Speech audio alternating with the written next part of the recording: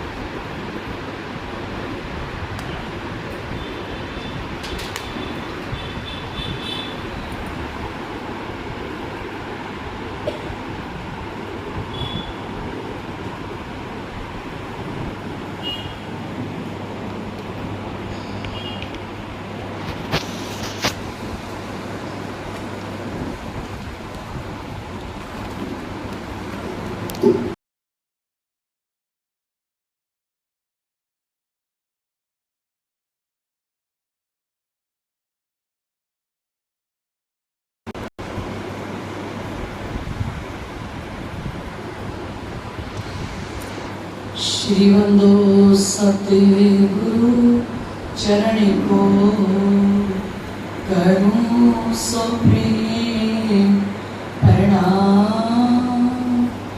आशो भरण मंगल करन धनी श्री देवचंद्र जी नाम। श्री प्राणनाथ निज मूलपति श्री मेरा जिसुना तेज कुंवर श्यामा जुगल को पल पल करूं प्रणाम, पल पल करूं प्रणाम।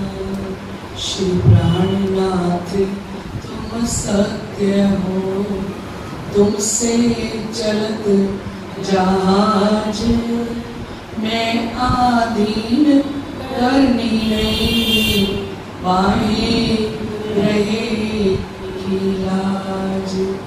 जारे धनी धनवट करे त्यारे बल में राहरी। बलि गया काम सराणे चढ़े मन चित कारज सरे, मन चित कारज सरे। बोलो श्री प्राणनाथ प्यारे की जय। श्री सतगुरु महाराज की जय। मेरे तो आधार राज श्यामा के चरणार बिंद, मेरे तो आधार राज श्यामा के चरणार बिंद। मेरे तो आधार राज श्यामा के चरणार बिंद। मेरे तो आधार राज श्यामा के चरणार बिंद। श्यामा के चरणार बिंद मेरे तो आधार है। ओ श्यामा के चरणार बिंद मेरे तो आधार है। ओ मेरे तो आधार है। श्यामा के चरणार बिंद श्री जी के चरणार बिंद मेरे तो आधार है। ओ सतगुरु दे चरणार बिंद मेरे तो आधार है। मेरे तो आधार राज श्यामा के चरणार बिंद। मेरे तो आधार राज श्यामा के चरणार बिंद। मेरे तो आधार राज श्यामा के चरणार बिंद। मेरे तो आधार राज श्यामा के चरणार बिंद। बोलिए श्री प्राणनाथ प्यारे की जय। श्री लालदास जी महाराज की जय।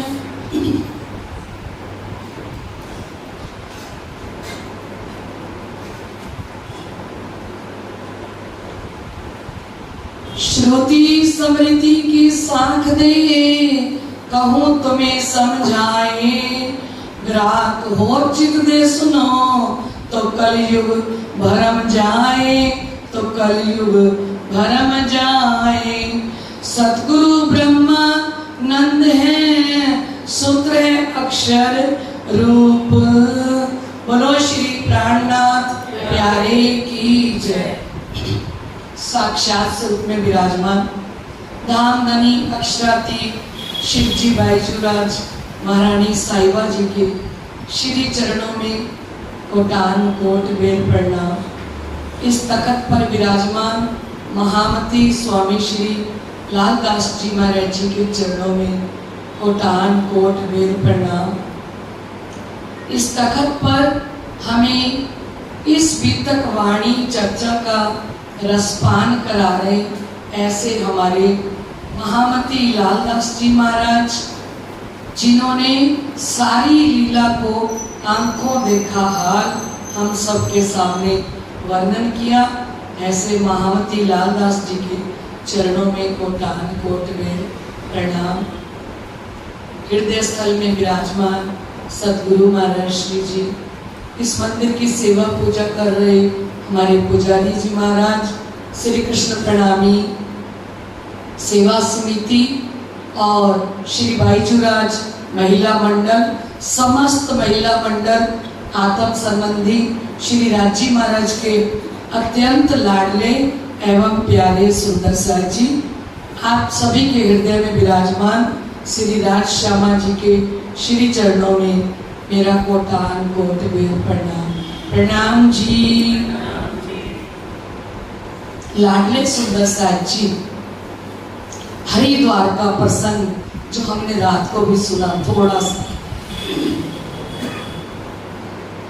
लेकिन आइए हरिद्वार का थोड़ा सीन देखते हैं कि किस प्रकार से महामती प्राणनाथ जी हरिद्वार के अंदर जब पहुंचे तो वो शाम का संध्या का समय, और ऐसे समय के अंदर श्री प्राणनाथ जी सफेद घोड़े पर विराजमान है और 500 सुंदर साथ हैं, उन्होंने भी सफेद वस्त्र धारण किए हुए, गले में माला डली हुई है और सुंदर वस्त्र धारण किए हुए, और श्री प्राणनाथ जी जैसे ही हरिद्वार के अंदर प्रवेश करते हैं ना, तभी महामती प्राणनाथ जी ने दूर से देखा।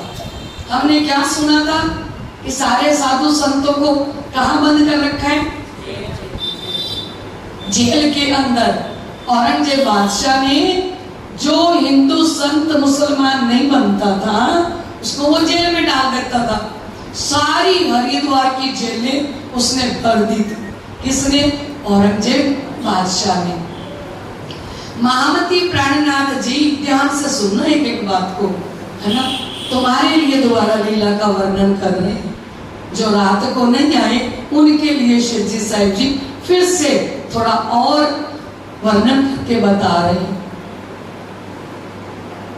श्री प्राणनाथ जी जैसे ही हरिद्वार के अंदर प्रवेश किया, क्योंकि हरिद्वार कुंभ के मेले में सबको अपने अपने अखाड़े बनाने होते हैं, सबको अपनी अपनी जगह लेनी पड़ती है, और वहां जाके सब अपने अपने संप्रदाय के बारे में सब कुछ बताते हैं। और महामती प्राणनाथ जी जैसे पहुंचे वहां पे, तो सामने से देखा श्री प्राणनाथ जी ने कि हमारे हिंदू संत क्या चला रही हैं, जेल के अंदर कोल्लू चक्की और सारे संत जेल के अंदर बंद हैं। महामती प्राणनाथ जी जैसे ही हरिद्वार के अंदर प्रवेश करते हैं और उधर जेल की तरफ प्राणनाथ जी ने मंद मंद मुस्कुराते हुए देखा कि अरे हमारे हिंदू संत देखो ईमान के कितने पक्के रहे हैं, विश्वास के कितने पक्के रहे हैं, जेल में चले गए पर हिंदू धर्म को नहीं छोड़ा। श्री प्राणनाथ जी ने दूर से ही अपना पंजा किया। जैसे ही पंजा दिखाया सारे जेल के दरवाजे खुल गए। थोड़ा जोर से जयकार बोल, जिनको नींद आ रही है तो खुल जाए।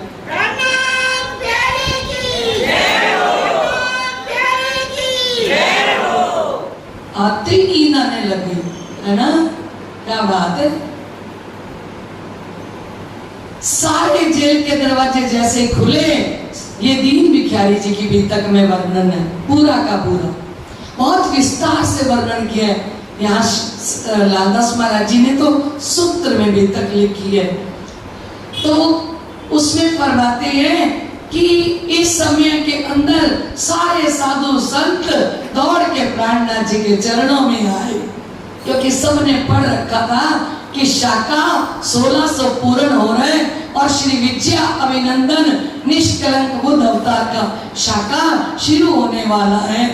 सब शास्त्र पढ़ रहे थे और श्री प्राणनाथ जी को जैसे दूसरे लोगों ने देखा, 4 संप्रदाय वाले, 4 वर्ण वाले, 10 नाम सन्यासी, इन सब ने जब प्राणनाथ जी को देखा तो बड़े हैरान हुए। अब यहाँ एक बात और होती है, अब संध्या का समय है, शाम का समय है, अब भोजन प्रसाद तो चाहिए ही था और भोजन प्रसाद की व्यवस्था हमारी महारानी जी करती हैं। और भाई जो राजा महारानी साहिबा ने दाल बनाने के लिए दूसरे लोगों के जो अखाड़े थे वहां महारानी जी कच्ची लेके आग लेने गई। क्या लेने गई? अपना चूल्हा जलाने के लिए कच्ची में आग लेने गई। तो वो जो सारे संप्रदाय वाले लोग थे तो वो कह रहे थे कि जयकारे तो ऐसे लगा रहे थे, पूर्ण ब्रह्म परमात्मा यही हो, प्राणनाथ प्यारे की, प्राणनाथ प्यारे की। आए हैं दूर से जय जयकार करते हुए। और इनकी महारानी को देखिए, इनकी महारानी को देखिए। हम तो चमत्कार से आग प्रकट कर लेते हैं और इनकी महारानी हमारे चूल्हे में से आग लेने के लिए आई है। सब हंसने लगे, आपस में हंसने लगे। श्री प्राणनाथ जी का साथ में अखाड़ा था, सब सुंदर साथ में थे। प्राणनाथ जी ने जैसे उन लोगों को महारानी जी पर हंसते हुए देखा तो भाई जुराज महारानी साहिबा कड़छी में आग लेके आ रही हैं। श्री प्राणनाथ जी ने कहा, महारानी जी ये कड़छी नीचे रखिए और पत्तल के अंदर लंगर प्रसाद परोसिए, क्योंकि लंगर प्रसाद बन के तैयार है।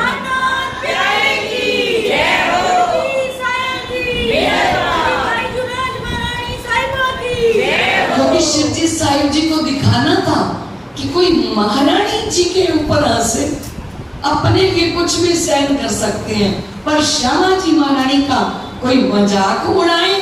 वो चूल्हे से आग लेके अब चूल्हा जलाएंगी, अब भोजन बनाएंगी। जितनी देर तक तुम्हारे चूल्हे जलेंगे, जितनी देर तक तुम्हारी दाल पकेगी, तुम्हारा भोजन पकेगा, इतनी देर में तो हमारा सुंदर सा भोजन आरोग लेगा। ये शक्ति प्राणनाथ जी ने कहा, मैं चाहूं ना तो हमारे रंग महल की रसोई में से 56 प्रकार के भोजन यहीं उतार दूं एक पलक के अंदर। लेकिन श्री प्राणनाथ जी ने कहा, ऐसा हमें करना नहीं है। पर कब करना पड़ा? जब लोग हंसने लगे, है ना? तो ऐसी घड़ी के अंदर श्री प्राणनाथ जी वहां गए हैं तो सारे धर्माचार्यों को प्राणनाथ जी ने सुना। किसी ने क्या कहा कि हमारा वैकुंठ है धाम, हमारी लक्ष्मी जी है इष्ट देवी। सबने अपने अपने मत सुनाए और श्री प्राणनाथ जी ने सबके मत सुने और श्री प्राणनाथ जी से कहा कि अब आप बोलिए। श्री प्राणनाथ जी ने रात को सुनाया था बीतक के अंदर कि वेद व्यास जी ने जन्मेजय राजा को ये बात बताई थी कि हे जन्मेजय राजा, इस संसार के अंदर ब्रह्म सृष्टि प्रकट होने वाले हैं। तो उन्होंने कहा उनकी क्या निशानी होगी? तो उन्होंने कहा कि उत्तम पुरुष बिना और देवी देवना दे आए। जो ब्रह्म सृष्टि होगी वो संसार के अंदर जब आएगी तो एक उत्तम पुरुष श्री कृष्ण अनादि अक्षरातीत के बिना वो अन्य 33 करोड़ देवी देवता की सेवा पूजा नहीं करेगी। प्रणाम सबको करेगी लेकिन उनकी पूजा नहीं करेगी। तो उन्होंने कहा कि आप जैसे आप वेद व्यास जी, सनकादिक और इतने ऋषि हो गए, क्या आप में से कोई भी परम धाम के परमहंस नहीं थे, ब्रह्म सृष्टि नहीं थे? तो इस समय में वेद व्यास जी जन्मेजय राजा को कहते हैं वो भय नहीं खाऊं काल, वो किसी काल में नहीं आए, वो तो अब 28वें कलयुग के अंदर प्रकट होंगे। बोलो श्री प्राणनाथ प्यारे की जय। तो सबके मत जब सुने प्राणनाथ जी ने और सबको 14 तबक ब्रह्मांड का ही बताया कि आपके पास जितना ज्ञान है ना वो सारा ज्ञान कहाँ का है? 14 तबक ब्रह्मांड का। फिर उन लोगों ने कहा कि आप अपनी पद्धति बताइए। तो अब श्री प्राणनाथ जी अपनी पद्धति बताते हैं। बोलो श्री कृष्ण कन्हैया लाल की जय। अब आप अपनी पद्धति को एक तो याद कर लो और एक ध्यान से सुनो। हमारी पद्धति के अंदर बहुत बड़ी शक्ति, बहुत बड़ी शक्ति है इस पद्धति के अंदर। नित्य पाठ में शामिल कर लो पद्धति को पढ़ना। पद्धति के अंदर का सतगुरु ब्रह्मानंद है, सूत्र है अक्षर रूप। अब बात ये है कि उन्होंने जितनी बात शुरू करी थी वो 14 तबक ब्रह्मांड के अंदर की बात शुरू करी थी। अब अगर प्राणनाथ जी यहाँ की बात शुरू करते हैं तो वो लोग पकड़ लेंगे कि आप भी तो यहाँ की बात कर रहे हो, है ना? पर प्राणनाथ जी को बात कहाँ की करनी है? बोलते जाओ थोड़ा थोड़ा, परम धाम की बात करनी है ना? और थोड़ा अच्छे से बैठो, हरिद्वार का प्रसंग है, इतने मुरझाए हुए क्यों? ऐसे कैसे सुस्त बैठे हो? यहाँ साक्षात प्राणनाथ जी बैठे हैं, आपको देख रही है प्राणनाथ जी कि मेरा सुंदर साथ अब मुझे कैसे सुनता है, कैसे हर्ष उल्लास के अंदर हरिद्वार का प्रसंग सुनने योग्य है। क्योंकि इस समय में हमारे श्री निजानंद संप्रदाय की जीत 14 तबक ब्रह्मांड के अंदर होगी।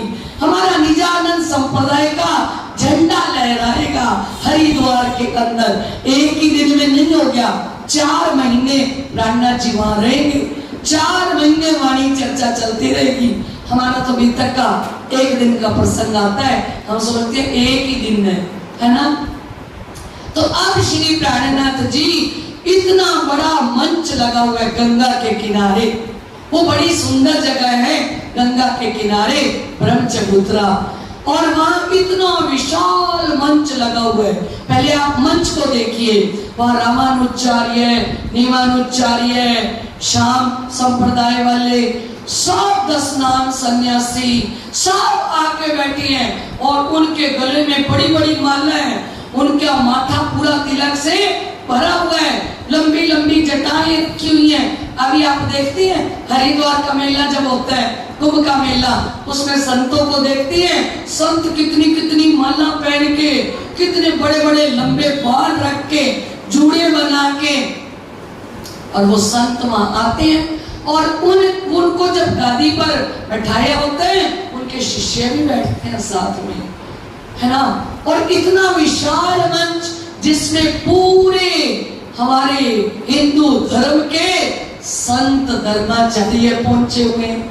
अब महामती स्वामी श्री प्राणनाथ जी इन सब के बीच में सफेद धोती कुर्ते में खड़े हो जाते हैं और सबको कहते हैं कि मैं आपको वेद कतेब की साक्षी देके सब कुछ समझाऊंगा। जो ग्राहक हो इस वस्तु का वो दिल देके सुनना, क्योंकि बीजा भारी वचन के न कहिए, दूसरों को भारी वचन कैसे कहे जाएं, तेता अर्थी बिना ना अपाए। सामने वाला पात्र ना हो तो ये वचन अंदर जाते ही नहीं। केसरी दूध कर्ण पात्र बिना ना समाये। मैं जो सुनाने जा रहा हूँ ये तो शेरनी का दूध है, ये तो रसना श्यामा जी की, पिलावे रस रब का, ये तो श्यामा जी की रसना है। और श्यामा जी की रसना का रस जो पात्र होगा उसके अंदर जाएगा, जो पात्र नहीं होगा ये वाणी चर्चा सुनते हुए या तो नींद आ जाएगी। किसको नींद आ गई थी? पार्वती को नींद आ गई थी, क्योंकि उसने 14 तबक ब्रह्मांड का तो सुन लिया।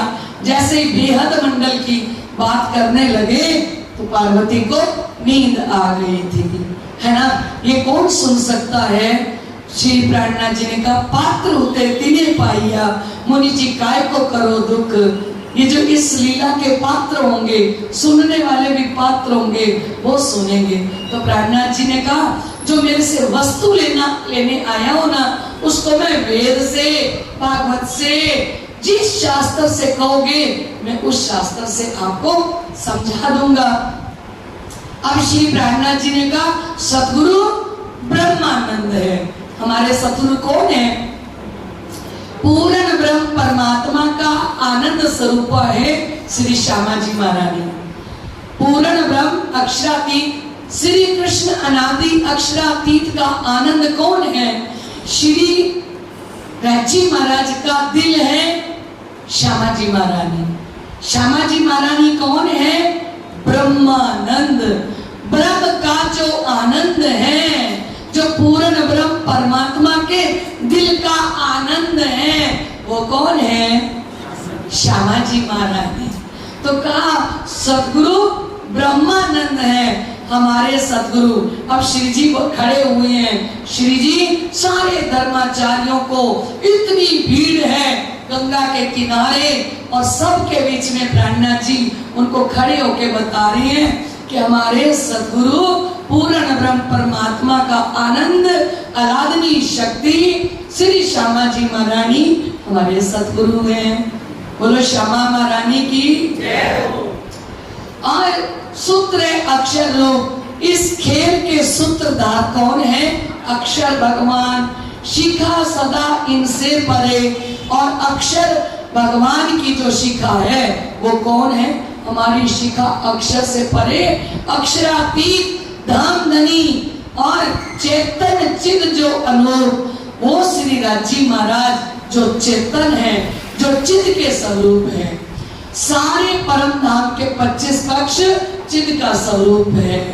और श्री राजी महाराज जो आनंद किसको कहते हैं? श्यामा जी को। मंगल किसको कहते हैं? श्री राजी महाराज को। तो कहते हैं शिखा सदा इनसे परे। शिखा क्या होता है? चोटी। चोटी कहाँ है? अक्षर से भी परे, क्योंकि अक्षर भगवान भी रोज किनका दीदार करने जाते हैं? श्री राजी महाराज का।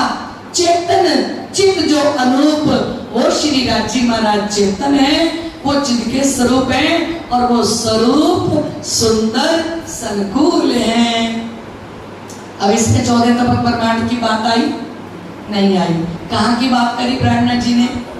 क्योंकि उन्होंने कहा था कि इनसे सब कुछ पूछो पद्धति, नहीं तो ये किसी के बंधन में आने वाले नहीं है। और प्राणनाथ जी ने कहा, सेवन है पुरुषोत्तम गोत्र चिदानंद जान। हम सेवा जो करते हैं वो एक पुरुषोत्तम उत्तम पुरुष श्री कृष्ण अनादि अक्षरातीत की सेवा करते हैं, और गोत्र चिदानंद जान, और चिद के स्वरूप श्री राजी महाराज, आनंद के स्वरूप श्री श्यामा जी महारानी, ये हमारा गोत्र है। यहाँ भी गोत्र होता है ना? हमारा तो गोत्र क्या है? कोई गोत्र पूछे तुम्हारा गोत्र क्या है? चिदानंद। राजी श्यामा जी हमारा गोत्र है। परम किशोरी इष्ट है वो श्यामा जी महारानी हमारी इष्ट देवी है। पतिव्रता साधन मान, और हम एक पतिव्रता स्त्री की तरह, जैसे पतिव्रता स्त्री एक पति के अलावा किसी पर पुरुष का मुख भी नहीं देखती, ऐसे ही हमारी परमधाम की जो आत्माएं हैं वो दर्शन भी करती हैं। तो श्री कृष्ण अनादि अक्षरातीत के अलावा प्रातः काल किसी देवी देवता के चरणों में प्रणाम नहीं करती, उठते ही प्रणाम करती हैं। तो किनके चरणों में प्रणाम करती हैं? श्री राजी महाराज, है ना। और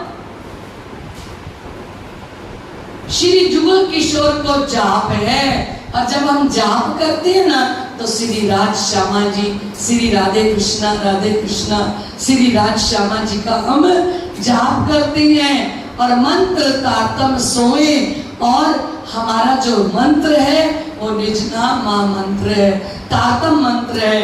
ब्रह्म विद्या देवी सही पूरी नौतन मम जोए, हमारी जो विद्या है ना, हमारी जो देवी है ना, वो ब्रह्म विद्या है। ब्रह्म विद्या कौन सी?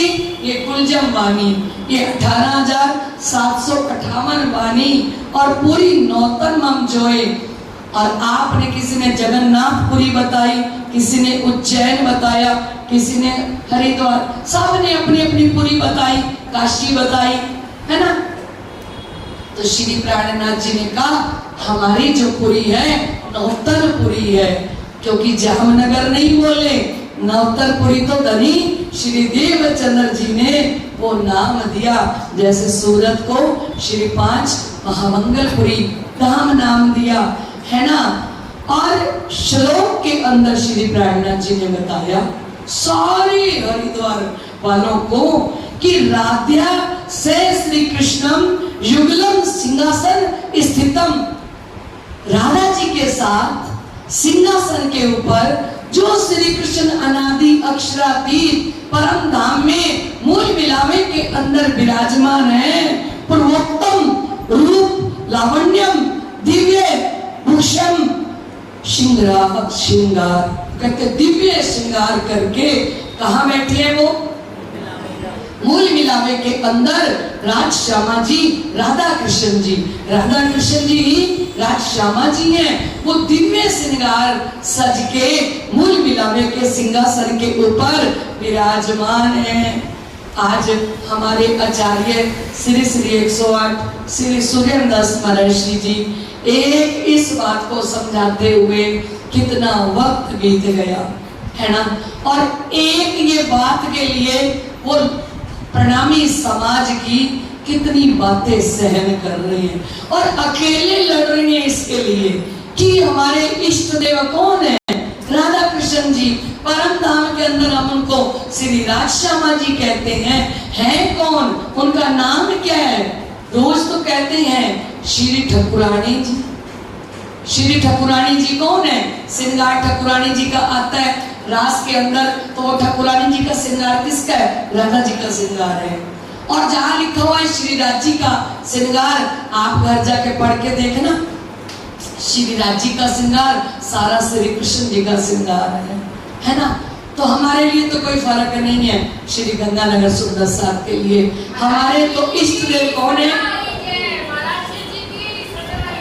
हमारे मन में तो किसी के मन में ये भेदभाव है ही नहीं। और राजी महाराज की कृपा से हमारे यहाँ ऐसा वायरस आया ही नहीं और आएगा भी नहीं, क्योंकि हमारे परमहंस महर्षि ज्वारदास जी ने ए श्री कृष्ण प्रणामी मंदिर की कमान अपने हाथ में ले रखी है, जो कोई भी सुंदर सा डगमगाने वाला नहीं है।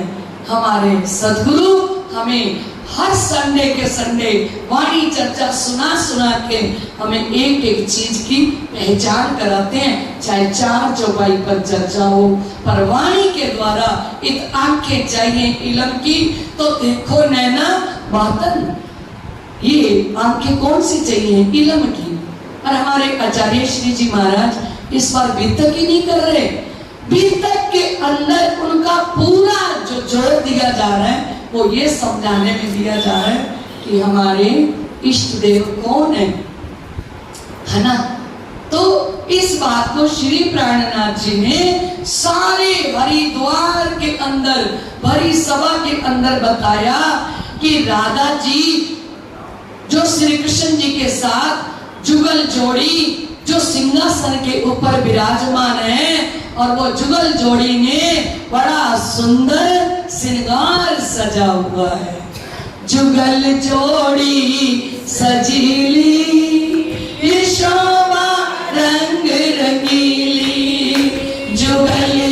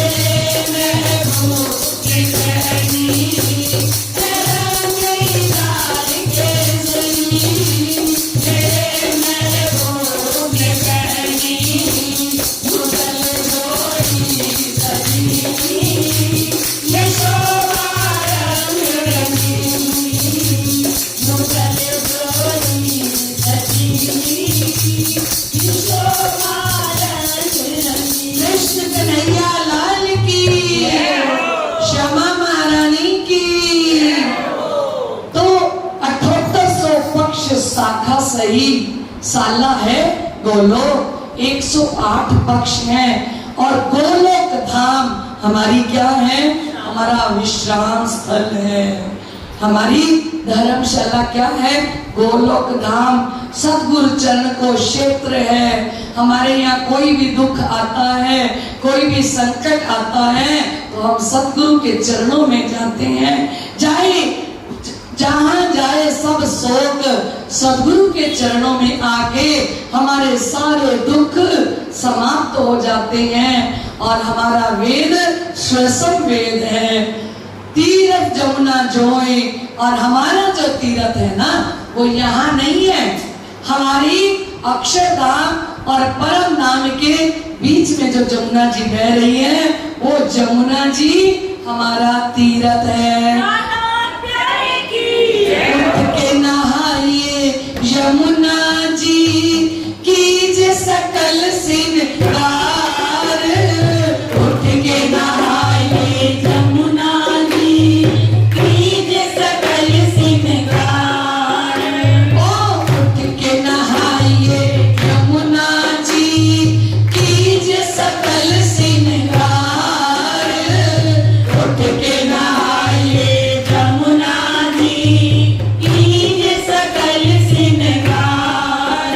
और साथ संबंधी मिलके, साथ संबंधी मिलके खेलिए संग भरतार, तेरी बोले साथ जी हुआ तुम्हारा काम, मीठे बोले साथ जी हुआ तुम्हारा काम। राणा प्यारे की श्री जी ने बताया कि हम तो सुबह झीलना काम करते हैं, गंगा में नहीं करते, यमुना में नहीं करते, यहाँ सरस्वती में नहीं करते, नर्मदा में नहीं करते, गोमती में नहीं करते। हमारा तो प्रातः काल का झीलना है, उठ के नहाइए यमुना जी, और यमुना जी ही हमारा तीर्थ है। और शास्त्र श्रवण श्री भागवत, और शास्त्रों में से जो सुनने लायक है ना, तो वो हमारी क्या है? भागवत, जिसमें हमारी ब्रज और रास की लीला आई है। बुद्ध जागृत को ज्ञान, अब सारे लोग कहते हैं ना भागवत सुन के क्या करना है, भागवत सुन के क्या करना है।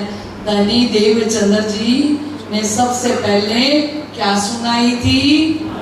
श्री महाराज जी ने भी सबसे पहले उनके मुखार बिंद से ये सारे, क्योंकि श्री जी कह रहे वाणी में वचन सुनाए सुख व्यास के, मोहि खिलमे कियो उज्जास। मुझे सुखदेव मुनि जी की भागवत सुना के मेरे अंदर प्रकाश कर दिया, क्योंकि भागवत जीना सिखाती है, भागवत मरना सिखाती है। तो ऐसी मद भागवत कथा जो है ना, उसको श्री प्राणनाथ जी ने कहा शास्त्र श्रवण श्री भागवत। तो और राजी ने जब दर्शन दिए थे ना, तब राजी ने एक बात कही थी, ए भागवत ग्रंथ तुम्हारा तुम्ही से खुले कलाम, और कोई न खोल सके जो मिले खलक तमाम। ये भागवत ग्रंथ किसका है? अब हम किसी की बात तो मान ही लें। अब ये तो श्री कृष्ण आदि अक्षरातीत ने दर्शन देके कहा था भागवत ग्रंथ तुम्हारा। इसीलिए जब हम 4-5 दिन तक ब्रज और रास की लीला बेतक में शुरू करी तो हमें कितना आनंद आ रहा था। क्यों आनंद आ रहा था? क्योंकि हम ब्रज रास में खेले हैं, हमारी लीला है। और जब गरबा खेलते हैं, अभी हमारे श्री पन्ना जी से चिराग जी महाराज और हमारे योगेश जी महाराज और हमारे मुन्नू भैया, एक और है योगेश भैया, ये सब 4-5-6 को आ रहे हैं, 3 को ही आ जाएंगे रात को। तो ये हमको तीनों दिन क्या खिलाएंगे? पन्ना जी का गरबा करवाएंगे यहाँ पे, पन्ना जी का, जो श्री गुम्मट जी के सामने गरबा होता है, वो गरबा रास इस मंदिर के अंदर चलेगा। तो हमें गरबा रास में आनंद क्यों आता है? जब रास खेला जाता है आनंद क्यों आता है बताइए? क्योंकि हम पहले ब्रज रास में ब्रजरास हमारी लीला है। और भागवत के अंदर ब्रजरास की लीला के अंदर अनंत आनंद भरा पड़ा है कि श्री कृष्ण जी कैसे लीलाएं करते हैं। तो शिव जी ने कहा शास्त्र श्रवण श्री भागवत। अगर शास्त्रों में से देखा जाए तो हमारे श्रवण करने लायक श्रीमद् भागवत की कथा है। बुद्ध जागृत को ज्ञान, ये भागवत क्या करती है? बुद्धि को जागृत करती है। कुल मूल हमारो आनंद है और हमारा कुल मूल क्या है? आनंद। फल नित्य विहार प्रमाण। और इस आनंद से हमें अखंड श्री परम धाम की प्राप्ति होती है। दिव्य ब्रह्मपुर धाम है, वो दिव्य ब्रह्मपुर धाम अखंड अक्षरातीत परम धाम हमारा घर है। घर अक्षरातीत निवास शर से परे, जो गुरु नानक देव जी ने कहा शर्तों परे अक्षर दे पारा ताए पुरस्दा करो विचारा। हम तो वही कर रहे हैं जो गुरु नानक देव जी ने भी कहा था कि मेरा विचार ना करो। किसका करो? जो शर से परे और अक्षर से भी परे रहने वाले है ना। तो घर अक्षरातीत निवास और हमारा निवास स्थान कहाँ है? हम तो परम धाम के अंदर मूल मिलावे के अंदर बैठे हैं। निजानंद है संप्रदा, एक उत्तर प्रश्न प्रकाश। हमारी संप्रदाय क्या है? निजानंद। धनी श्री देवचंद्र जी निजानंद तिन प्रकट करी संप्रदा ए। हमारे धनी श्री देवचंद्र जी ने निजानंद संप्रदाय को प्रकट किया।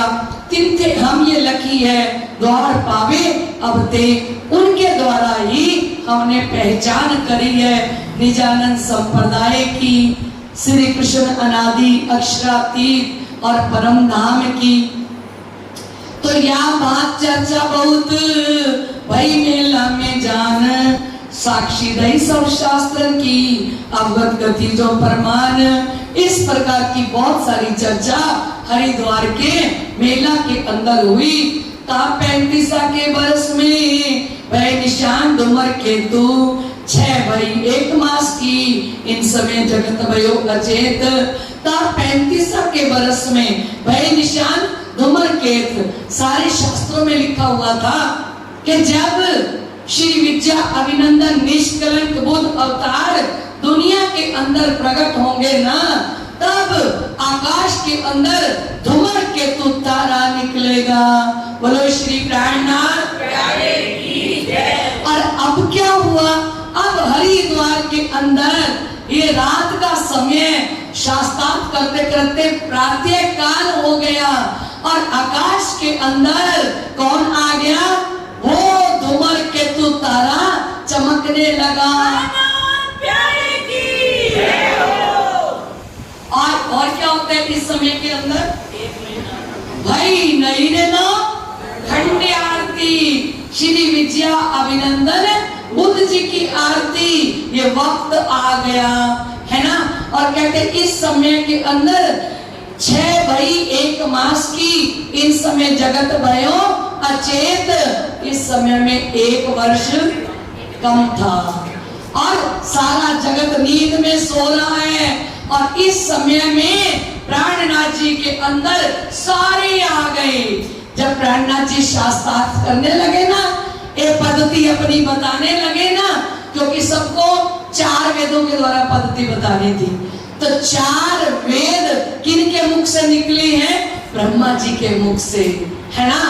और ब्रह्मा जी ने देखा कि श्री प्राणनाथ जी को आज मेरी जरूरत है, तो आए ब्रह्मा जी पढ़त मुख वेद 4। ब्रह्मा जी श्री प्राणनाथ जी के अंदर चारों वेदों को गाते गाते श्री जी के अंदर आ गए। और विष्णु भगवान ने देखा मेरी जरूरत है, विष्णु वाणी बोलत जय जयकार। विष्णु भगवान भी किनके अंदर आ गए? श्री प्राणनाथ जी के अंदर आ गए। आए धर्मराज इंद्र वरुण नारद मुनि गुण गंधर्व 14 भवन सुर असुरों सबों लई शरण। आज प्राणनाथ जी के चरणों में सुर मैंने देवता, असुर मैंने राक्षस। सुर असुरों का एक पति, सब पर एके दया, दिया दीदार साहिबे जिन्हों जैसा चाया। ये देवियों देवताओं का भी पति है कौन? पूर्ण ब्रह्म। सुर असुरों का एक पति। कौन पति है? प्राणनाथ जी। देवताओं के भी पति हैं और राक्षसों के भी पति हैं, हिंदुओं के भी पति हैं और मुसलमानों के भी पति हैं। ये तो पहले से वाणी के अंदर वर्णन हो गया। सुर असुरों का एक पति, सब पर एक के दया, सब पर एक बराबर कृपा करते हैं प्राणनाथ जी। जैसे बादल बरसते हो तो झोपड़ी देखती है, महल देखती है, एक बराबर बरसते हैं। दिया दीदार साहिबे जिन्हों जैसा चाया, आज हरिद्वार के अंदर जिसने जैसा दर्शन चाया, इस समय में वो प्रकरण उतरता है। बेगेने बेगेने बेगेने मिलो रे साथ जी, या समय रास्तो कार्य कारण की बात अति बड़ी। इस समय में भाई निध पांचों भेली, पांचों शक्तियां श्री प्राणनाथ जी के अंदर जो आई, वो आज हरिद्वार के अंदर प्रकट हो जाती है।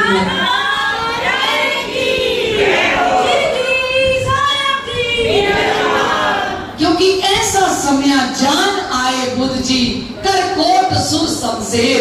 ऐसा वक्त जब चल रहा था, औरंगजेब बादशाह ने जब अत्याचार मचा रखे थे, तब महामती प्राणनाथ जी आए।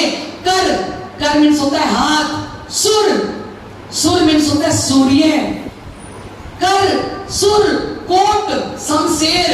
एक तलवार है प्राणनाथ जी के हाथ में, जिसके अंदर करोड़ों सूर्य का प्रकाश है। वो तलवार क्या है? 18,758 वाणी। और अस्राफिल की बुद्धि जो है वो सफेद घोड़ा है, और सफेद घोड़े पर विराजमान कल्कि तो घोड़े को किया। कौन विराजमान होके आ रहे हैं? उसके ऊपर श्री प्राणनाथ जी बैठे हैं। जो 18 हाथ की तलवार कही, तो 18 हाथ की तलवार कोई और नहीं है, वो क्या है? 18,758 वाणी। ऐसा समय जान आए बुद्ध जी कर कोट सुर शमशेर। शमशेर मीन्स होता है तलवार के अंदर करोड़ों सूर्य का प्रकाश लेके। सुनते शोर शब्द बानन का, जैसे प्राणनाथ जी ने एक सूर्य उड़ाए के दिए, दूसरे तेरी में कायम किए। संवत 1735 के अंदर महामती प्राणनाथ जी ने एक सुर फूंक दिया, और सुर फूंकते ही जो इतना अभिमान लेके बैठे थे, इतना घमंड लेके बैठे थे, इतना अहंकार लेके बैठे थे, प्राणनाथ जी ने एक ब्रह्मवाणी की फूंक मारी और सबका अहंकार चकनाचूर कर दिया। सारे धर्माचार्य देखते ही रह गए प्राणनाथ जी को। क्यों? श्री प्राणनाथ जी ने कहा प्रगटे ब्रह्म और ब्रह्म सृष्टि। आज संसार के अंदर कौन प्रकट हो गए? प्रगटे ब्रह्म और ब्रह्म सृष्टि। और ब्रह्म वतन श्री महामत इन प्रकाश थे, अखंड किए सब जन। हरिद्वार के मेले के ऊपर प्रकट होकर दिखाया कि जो जन्मेजय राजा को कथा सुनाई थी वेद व्यास जी ने, वो ब्रह्म सृष्टि और ब्रह्म हरिद्वार के अंदर प्रकट हो चुके हैं। और ब्रह्म वतन और पूर्ण ब्रह्म परमात्मा का परम धाम भी प्राणनाथ जी ने दुनिया के अंदर जाहिर कर दिया। श्री महामत इन प्रकाश थे। महामती ने इस तारतम वाणी के प्रकाश से अखंड किए सब जन। जिन्होंने प्राणनाथ जी का दर्शन कर लिया हरिद्वार के अंदर, जिन्होंने उनके मुखारविंद से चर्चा सुन ली, वो सारे लोग अखंड हो गए। बोलो श्री प्राणनाथ प्यारे की जय।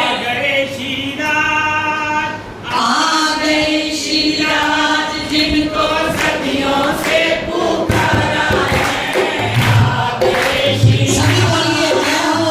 आगे श्री आज जिनको सदियों से पुकारा है, आगे श्री आज, आगे श्री आज जिनको सदियों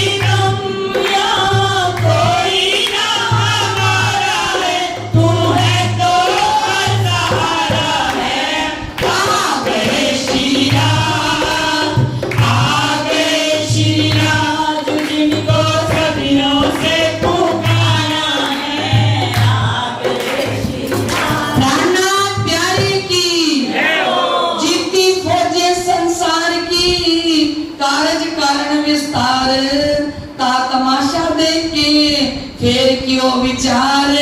तो कहते जीती फौजें संसार की, सारे धर्माचार्यों को प्राणनाथ जी जीत के आए।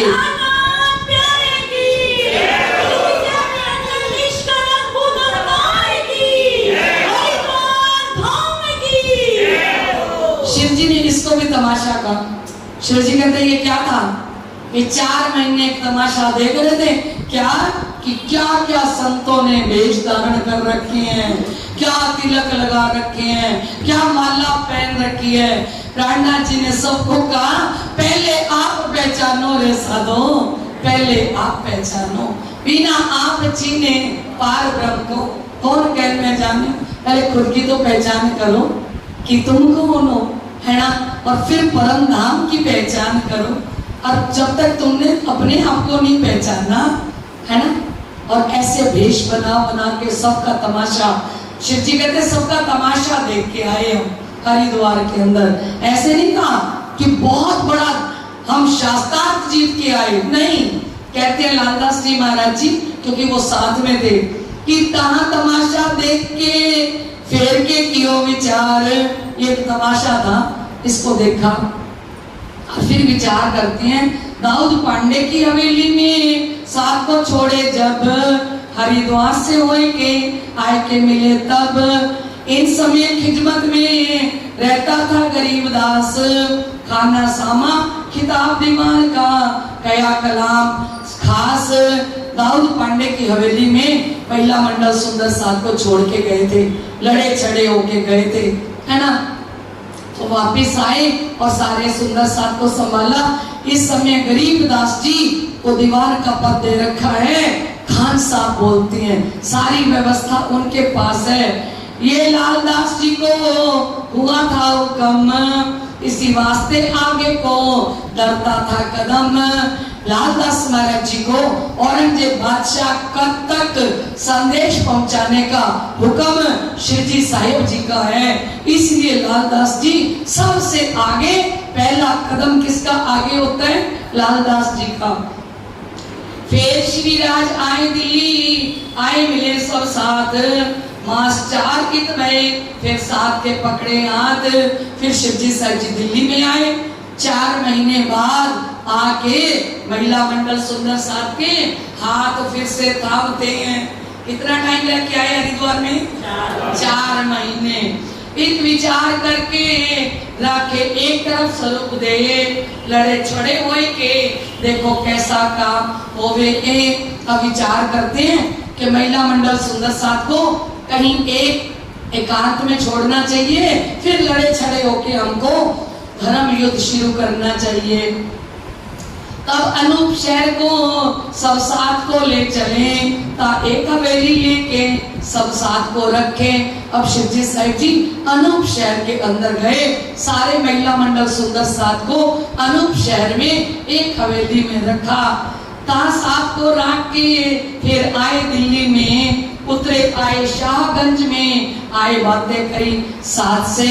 सारे महिला मंडल सुंदर साथ को अनूप शहर की हवेली में छोड़ के और दिल्ली आ गए। और दिल्ली में कौन सी हवेली है, शाहगंज की हवेली। साथ जो दिल्ली का आए मिला सब धाए।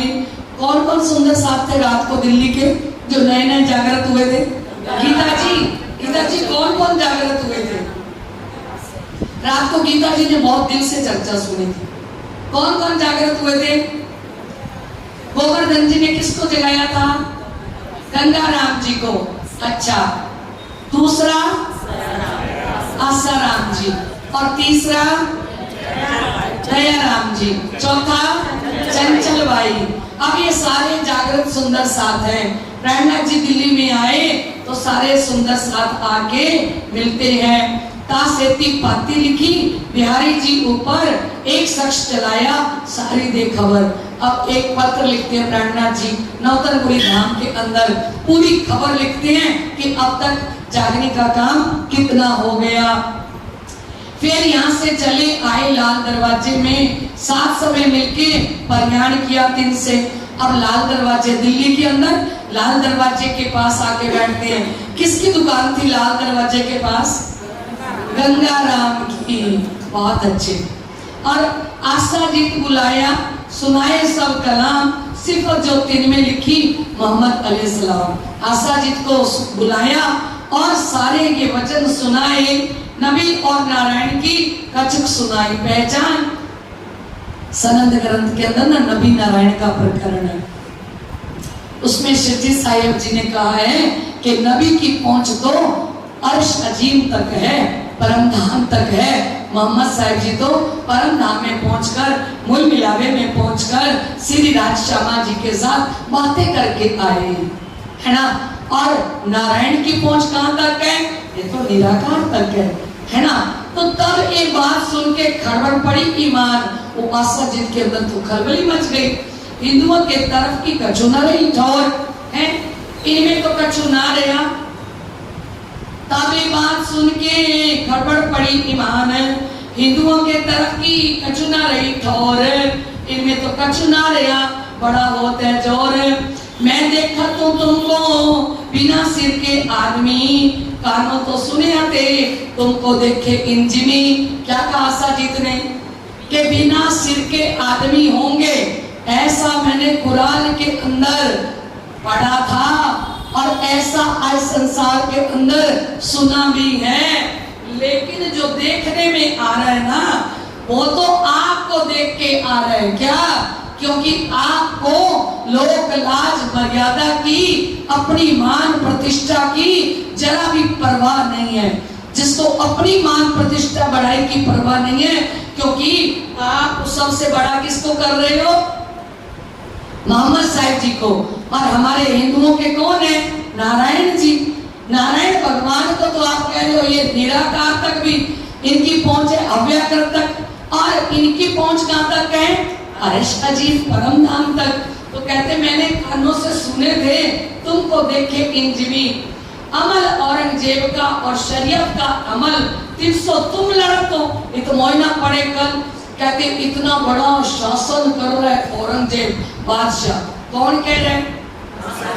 ये कौन है? वकील है। आशा जी तो वकील कह रहे हैं। तब विचार करके छोड़ दिए इनको। राणा जी ने कहा छोड़ो, इसके अंदर ईमान ही नहीं है।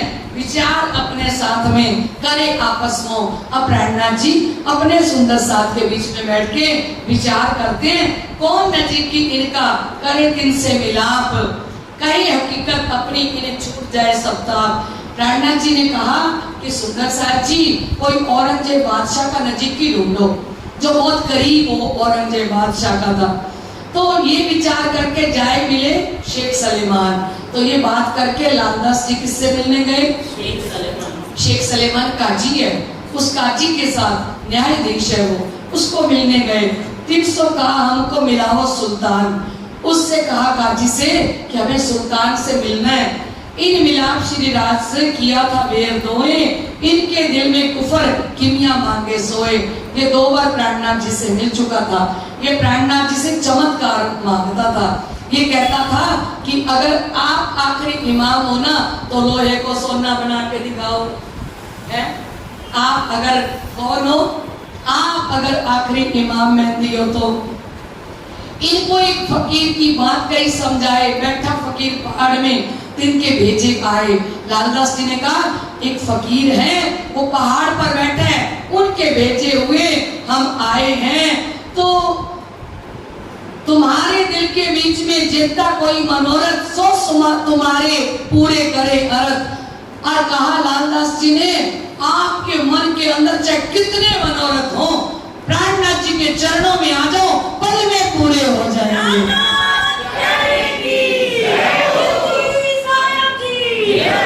वो तो जो चाहे सो कर सकते हैं।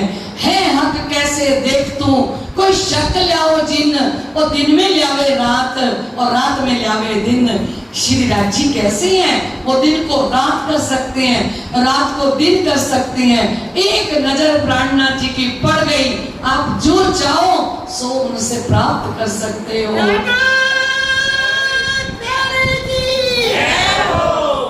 और एक दिन सब होमी भागे सबका विरोध, आपस में लड़ मरते सो मिट जाए क्रोध। प्राणनाथ जी के चरणों में आओगे ना तो सारा एक दिन वो कर सकते हैं, एक निजानंद संप्रदाय की स्थापना कर सकते हैं। और आपके जितने दुश्मन है ना, सो सारे आपके चरण पकड़ लेंगे।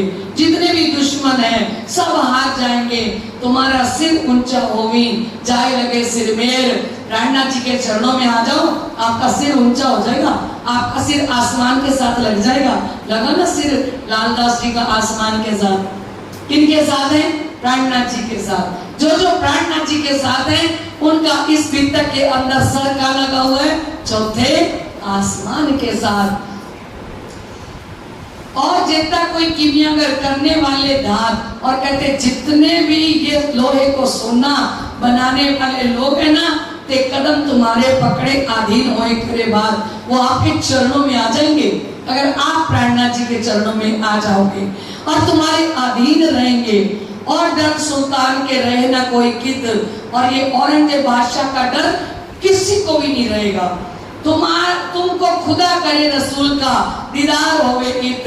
लालदास जी ने लिख के दे दिया कि आपको खुदा करे तो रसूल मोहम्मद साहिब जी का दर्शन यहीं पे हो जाएगा। यहीं पे होने का मतलब है आप प्राणनाथ जी के चरणों में आओ, प्राणनाथ जी के अंदर मोहम्मद साहिब जी बैठे हैं, आपके ही दीदार हो जाएगा। शेख खिदर ने आते क्या देखा था? शेख खिदर आएंगे जब चरणों में, वो कहेंगे तो मेरे परवरदिगार हैं, है ना? इनको भी कहा। पर तब जब ये बात लिख दी तब डरा शेख सलेमान।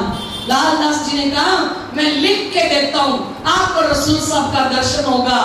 ये लोहे को सोना बनाने वाले सब आपके चरणों में आ जाएंगे। तो जब लिख के दी ना, जब ये बात लिख गई तब डरिया शेख सलेमान। तब इनकी बादशाही कौन करे सुल्तान, तो यहाँ का बादशाह कौन होगा? तब जवाब लाले दिया इन फकीर की बादशाही। बादशाह तो ये फकीर है।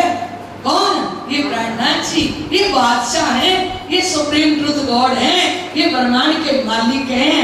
हक के दई दीन की जाहिर न दिखाई, निजानंद संप्रदाय के बादशाह है।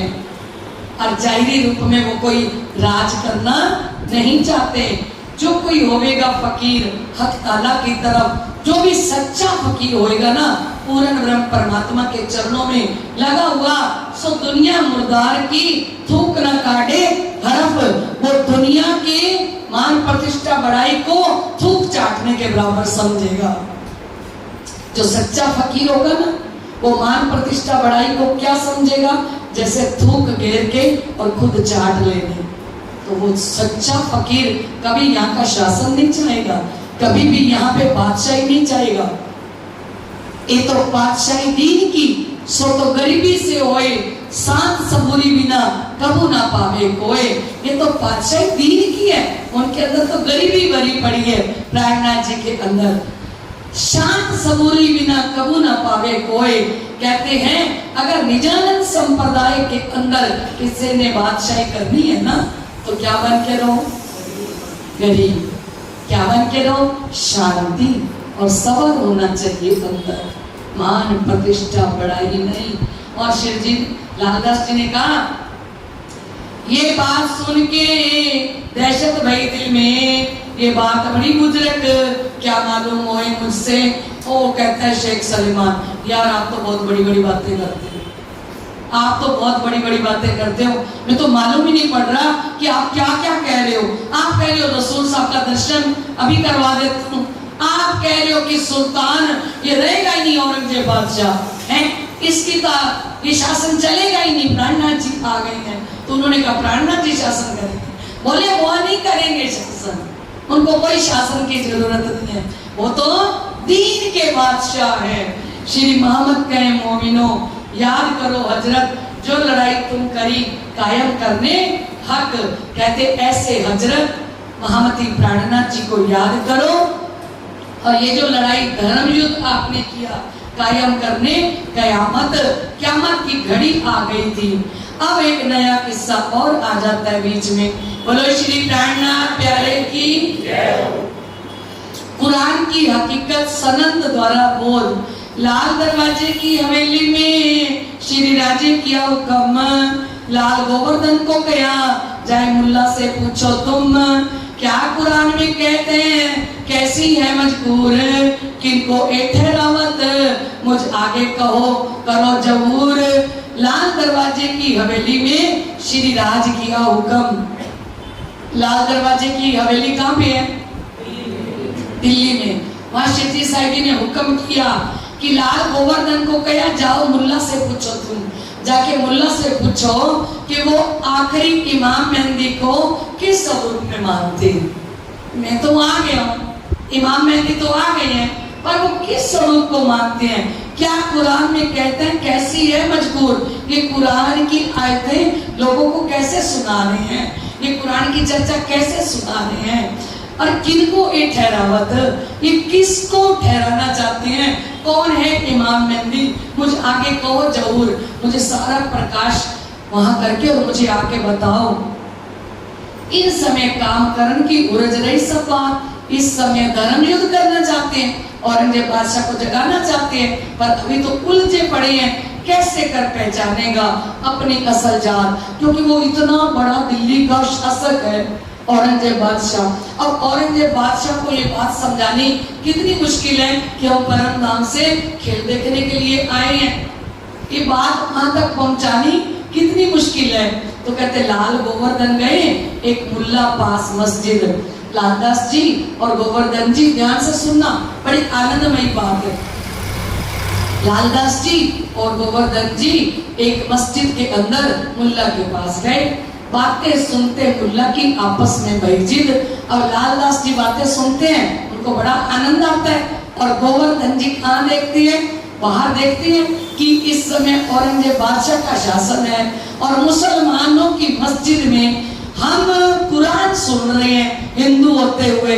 और किससे कुरान सुन रहे हैं? मुल्ला से, है ना। मुल्ला के बातन की लाल को वही पहचान, और मुल्ला जितनी बातें करता है कुरान की, वो लालदास जी को पूर्ण पहचान होती जाती है। क्यों? क्योंकि लालदास जी आसवाई की आत्म है, जो कुरान लेके आए थे वो आसवाई की आत्म खुद है ना। ये तो हमारे घर की तहकीक भैया ईमान। लालदास जी को पक्का विश्वास हो गया कि ये तो कुरान की बातें हमारे घर की बातें हैं। गोवर्धन के दिल में डर रहे मुसलमान, पौधा औरंगजेब का जिन कोई सुने कान। गोवर्धन के दिल में मुसलमानों का डर लग रहा है, क्योंकि बार पहला किसका है? मुसलमानों का। अगर किसी ने औरंगजेब बादशाह का शासन है, अगर किसी ने सुन लिया तो तिस वास्ते झगड़ा गया, लाल बातें करे मीने जोश। लालदास जी को एक एक आयत सुन के जोश आ रहे हैं, और वो गोवर्धन जी कहते धीरे बोल भाई, धीरे, उनका वो दबाते हैं। फिर कहते हैं तो हमारे घर की बातें हैं। वो गोवर्धन जी कहते हो धीरे। वो बाहर मुसलमान खड़े हैं सारे के सारे, और कुरान सुन रहे हैं, आयतें सुन रहे हैं। जो भी मुल्ला आयत सुनाता है, लालदास जी को जोश आ जाता है आयत सुनते ही, कि कुछ कहा था श्री जी ने मेरता के अंदर कि एक कुरान में हमारी बातें हैं। अब जब बातें सुनी तो फिर लालदास जी को जोश नहीं आएगा। टूक टूक होए इन बात पर दुनिया थी फरामोश। लालदास जी मुल्ला की एक एक बात पर टूक टूक हो रहे हैं, पर दुनिया तो सो रही है। दो राह में लड़के आए, लाल दरवाजे सोए, दोनों की लड़ाई हो गई। लालदास जी कहते बादशाह के क्या हो गया था? तो गोवर्धन जी कहते इतना तेज बोलने की क्या जरूरत थी? बस सारे मुसलमान खड़े थे गली में, और मस्जिद अगलों की है मुसलमानों की, और वहां कुरान पढ़ा के आप मुल्ला से चर्चा सुन रहे हो, और उसमें भी कह रहे हो ये हमारे घर की बातें हैं, है ना। तो कहते दोनों की लड़ाई होगी रास्ते में।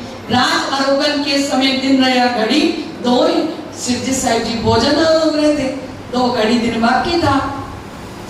ऊंचे अटारी पर बैठे थे श्री राज, गोवर्धन तक पहुंच के कई सुनी चर्चा जो आज श्री प्राणनाथ जी ऊपर चबारे पर बैठ के भोजन रोक रहे थे।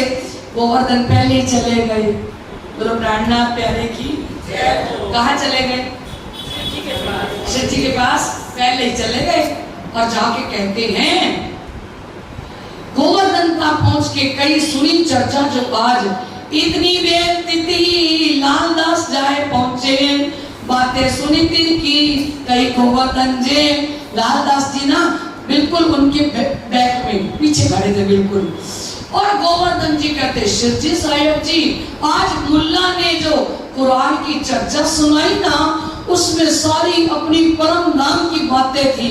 हमें तो इतना जोश आ रहा था, इतना जोश आ रहा था, इतना आनंद आया कुरान की चर्चा सुन के।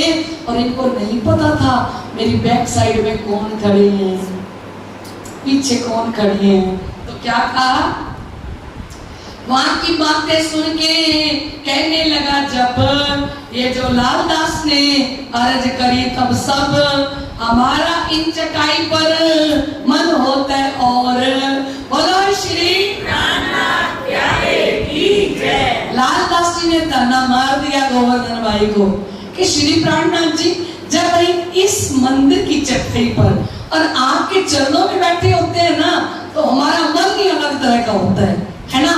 तो हमारा मन करता है निजानंद संप्रदाय के ऊपर तन मन धन सब कुछ वार दें। और सच में ऐसा होता है कि नहीं? जब आप यहाँ बैठे होते हो तो आपको लगता है ना, अब तो मैं वाणी रोज पढ़ूंगी, लगता है ना यहाँ बैठ के, अब तो मैं कारतम की 2 माला जरूर किया करूंगी, अब तो मैं ना तन मन धन से धनी की सेवा करूंगी। क्योंकि किसका असर होता है? तो लालदास ने कहा हमारा इन चटाई पर मन होता है। और यहाँ से उठ जाते हैं तब जितना रहे ठौर, और यहाँ से जब उठ के चले जाते हैं ना, सारा दिन हमारा चित ठिकाने पर नहीं रहता। तब भाई गोवर्धन को रीस चढ़ी बनाए, ये सब मोको के यहाँ तुम जानत नहीं आए। गोवर्धन ने कहा शिवजी साहिब जी, आप जानते नहीं हो, ये जो कमेंट पास कर रहे हैं ना, ताना मार रहे हैं ना, ये मेरे को ताना मार रहे हैं। गुस्सा आ गया गोवर्धन भाई को। 2 बातें श्रीराज देख के दिल में किया विचार, इनों की अकल ऊपर वह कैसा एतबार है। श्री प्रार्थना जी ने कहा पहली बार मस्जिद में भेजा है, दोनों लड़ाई करके आ गए, अब इनकी बातों पर मैं क्या विश्वास करूंगा, मुझे कहाँ भेजना है इनको? औरंगजेब बादशाह के दरबार में भेजना है। और ये तो एक मुल्ला के पास गए हैं, अभी मस्जिद में गए हैं और लड़ाई करके आ गए। इस समय श्री राज को नूर चढ़िया जोर, आए जबराइल जोरा किया, असराफिल किया शोर। इस समय श्री प्राणनाथ जी के अंदर जिब्राइल आ गया और असराफिल आ गया, और शिव जी का मुख आगे बिजलियां के चमकत लहरें गई, और शिव जी का मुखारविंद बिजली की तरह, बल्ब की तरह चमकने लग गया। तब श्री राज के मुख से ये बातें पुकार गई, और शिव जी ने जोश में अब सब कुछ बांट देते हैं। कारखाना कागज का सौंपया लालदास, जितना भी लाइब्रेरी थी, जितनी पुस्तकें थी, जितने ग्रंथ थे, ये सारे किसको सौंप दिए? लालदास जी को। और उदयपुर को जाओ तुम, भीम मुकुंद मोमिन खास, और भीम मुकुंद को कहाँ जाओ? उदयपुर। और गोवर्धन को कहा सूरत जाओ तुम, और गोवर्धन जी को कहा जाओ सूरत की गादी संभालो। अनूप शहर हम जाते हैं, ये हुआ हुक्म, और मैं अनूप शहर जा रहा हूँ। नहीं बसता जोश में शेख बदल को हुक्म, शेख बदल को शिव जी ने हुक्म दिया। शेख बदल को हुक्म, कागज लाल दास को, मुकुंद दास को तारतम, यहाँ बांटा। मुकुंद दास को क्या दिया? तारतम। तो कितनी चौपाइयां उतरी? 1,36,000 चौपाइयां, जो किनको उतरी हैं? मुकुंद दास जी को। ग्रंथ है ना जो घर पे, वो मुझसे उठाया ही नहीं जाता अकेले से, इतना भारी ग्रंथ है नवरंग स्वामी जी का, इतना भारी। स्वरूप साहब तो फिर भी पधरा लेते हैं, पर वो उठाते ही वो ग्रंथ आपको दूं, आप नीचे बैठ जाओ पकड़ के। इतनी चौपाइयां उसके अंदर, एक एक चौपाई के अनेक अर्थ किए हैं मुकुंद दास जी ने, क्योंकि शिव जी ने उनको क्या दे दिया? तारतम। बुद्धि दी भीम को, गोवर्धन को सूरत। बुद्धि किसको दी? भीम को। और गोवर्धन को क्या कहा? आप सूरत जाके श्री 5 महामंगलपुरी धाम की गादी संभालो। मुकुंद भीम उदयपुर, हम जात अनूप शहर गीत। भागी सारी उलझन कोई ना रहा काम, प्रातः को उठ ले चले अनूप शहर के ठाम। सारी उलझन खत्म हो गई कि मुझे काम करना ही नहीं। महीना था आषाढ़ का, बरसत धारा अखंड नित। आषाढ़ का महीना था और पानी बरस रहा था। कोठी ऊपर बैठ के पहुंचे अनूप शहर तीत। शिवजी साहब जी नाव पर बैठकर और अनूप शहर जा रहे हैं। मार्ग में चलते दई मान्यक औखद, रास्ते में चलते हुए श्री प्राणनाथ जी की तबीयत खराब होती है, पेट में दर्द होता है, पेट छूटा था जाए के कछु न रही हद। श्री प्राणनाथ जी जब जा रहे हैं तब दस्त लग जाते हैं और शिवजी साहब जी एकदम एक दिन के अंदर ऐसे हो गए। इन समय शरीर को बड़ी भई कसोट। श्री प्राणनाथ जी ने ये लीला भी क्यों करी कि तुम्हारे साथ शरीर के साथ कुछ भी दुख संकट आए तो घबराना नहीं, ये सब चलता है माया के अंदर। जब मेरे शरीर पर कष्ट आ सकता है तो तुम्हारे शरीर पर कष्ट क्यों नहीं आ सकता, है ना। तो इन समय शरीर को बड़ी भई कसोट। डर के लाल बाई रोई ले धनी की ओट। तब लाल बाई रोने लगी, शिव जी को पकड़कर। लाल बाई को लगा शिव जी गए, किश्ती में गए और अभी तक सारा काम अधूरा है जागने का। और शिव जी साहब जी इतने कमजोर हो गए होंगे। शिव जी साहब जी को देख के लाल बाई कोई बच्ची थोड़ी है, लाल बाई इतनी सियानी समझदार परम धाम की आत्म। उनको डर लगा कि ये तो शिव जी की तबीयत ज्यादा ही खराब हो रही है। तब आप दिलासा करी जिनको ही डरो तुम, फिर ना मेरी सूरत में, तब तुम्हें खबर करूं हुक्म। मेरी अभी सुरता परम धाम के अंदर नहीं गई और जब परम धाम के अंदर सुरता लगेगी तब मैं आपको पहले ही बता दूंगा। तो पहले ही बता दिया था ना, तीज चौथ पंचमी से पहले ही 2 साल पहले कहने लग गए थे, चलो चलो रे साथ जी आपन जाइए धाम, मूल वतन धनिये बताया जित ब्रह्म सृष्टि श्यामा जी श्याम। पहले से कहना शुरू कर दिया था कि अब हम धाम चलते हैं, तुम हो जो सबे होशियार। इस वक्त जबराइल बड़ा जो किया शोर, उतरे कलाम कादर से करी करो खेल में शोर। इस समय जिब्राइल अंदर आ गया और 11 से 40 प्रकरण सनद के कलश के रूप में उतरते हैं। तो एक किताब में उतरी सनदे 30, सब खबर कुरान की हक के करी बख्शीश।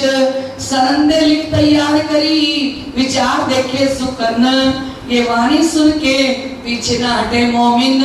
ये सनद आ गई, सनद में सोता डिग्री, अब पूरी डिग्री मिल गई।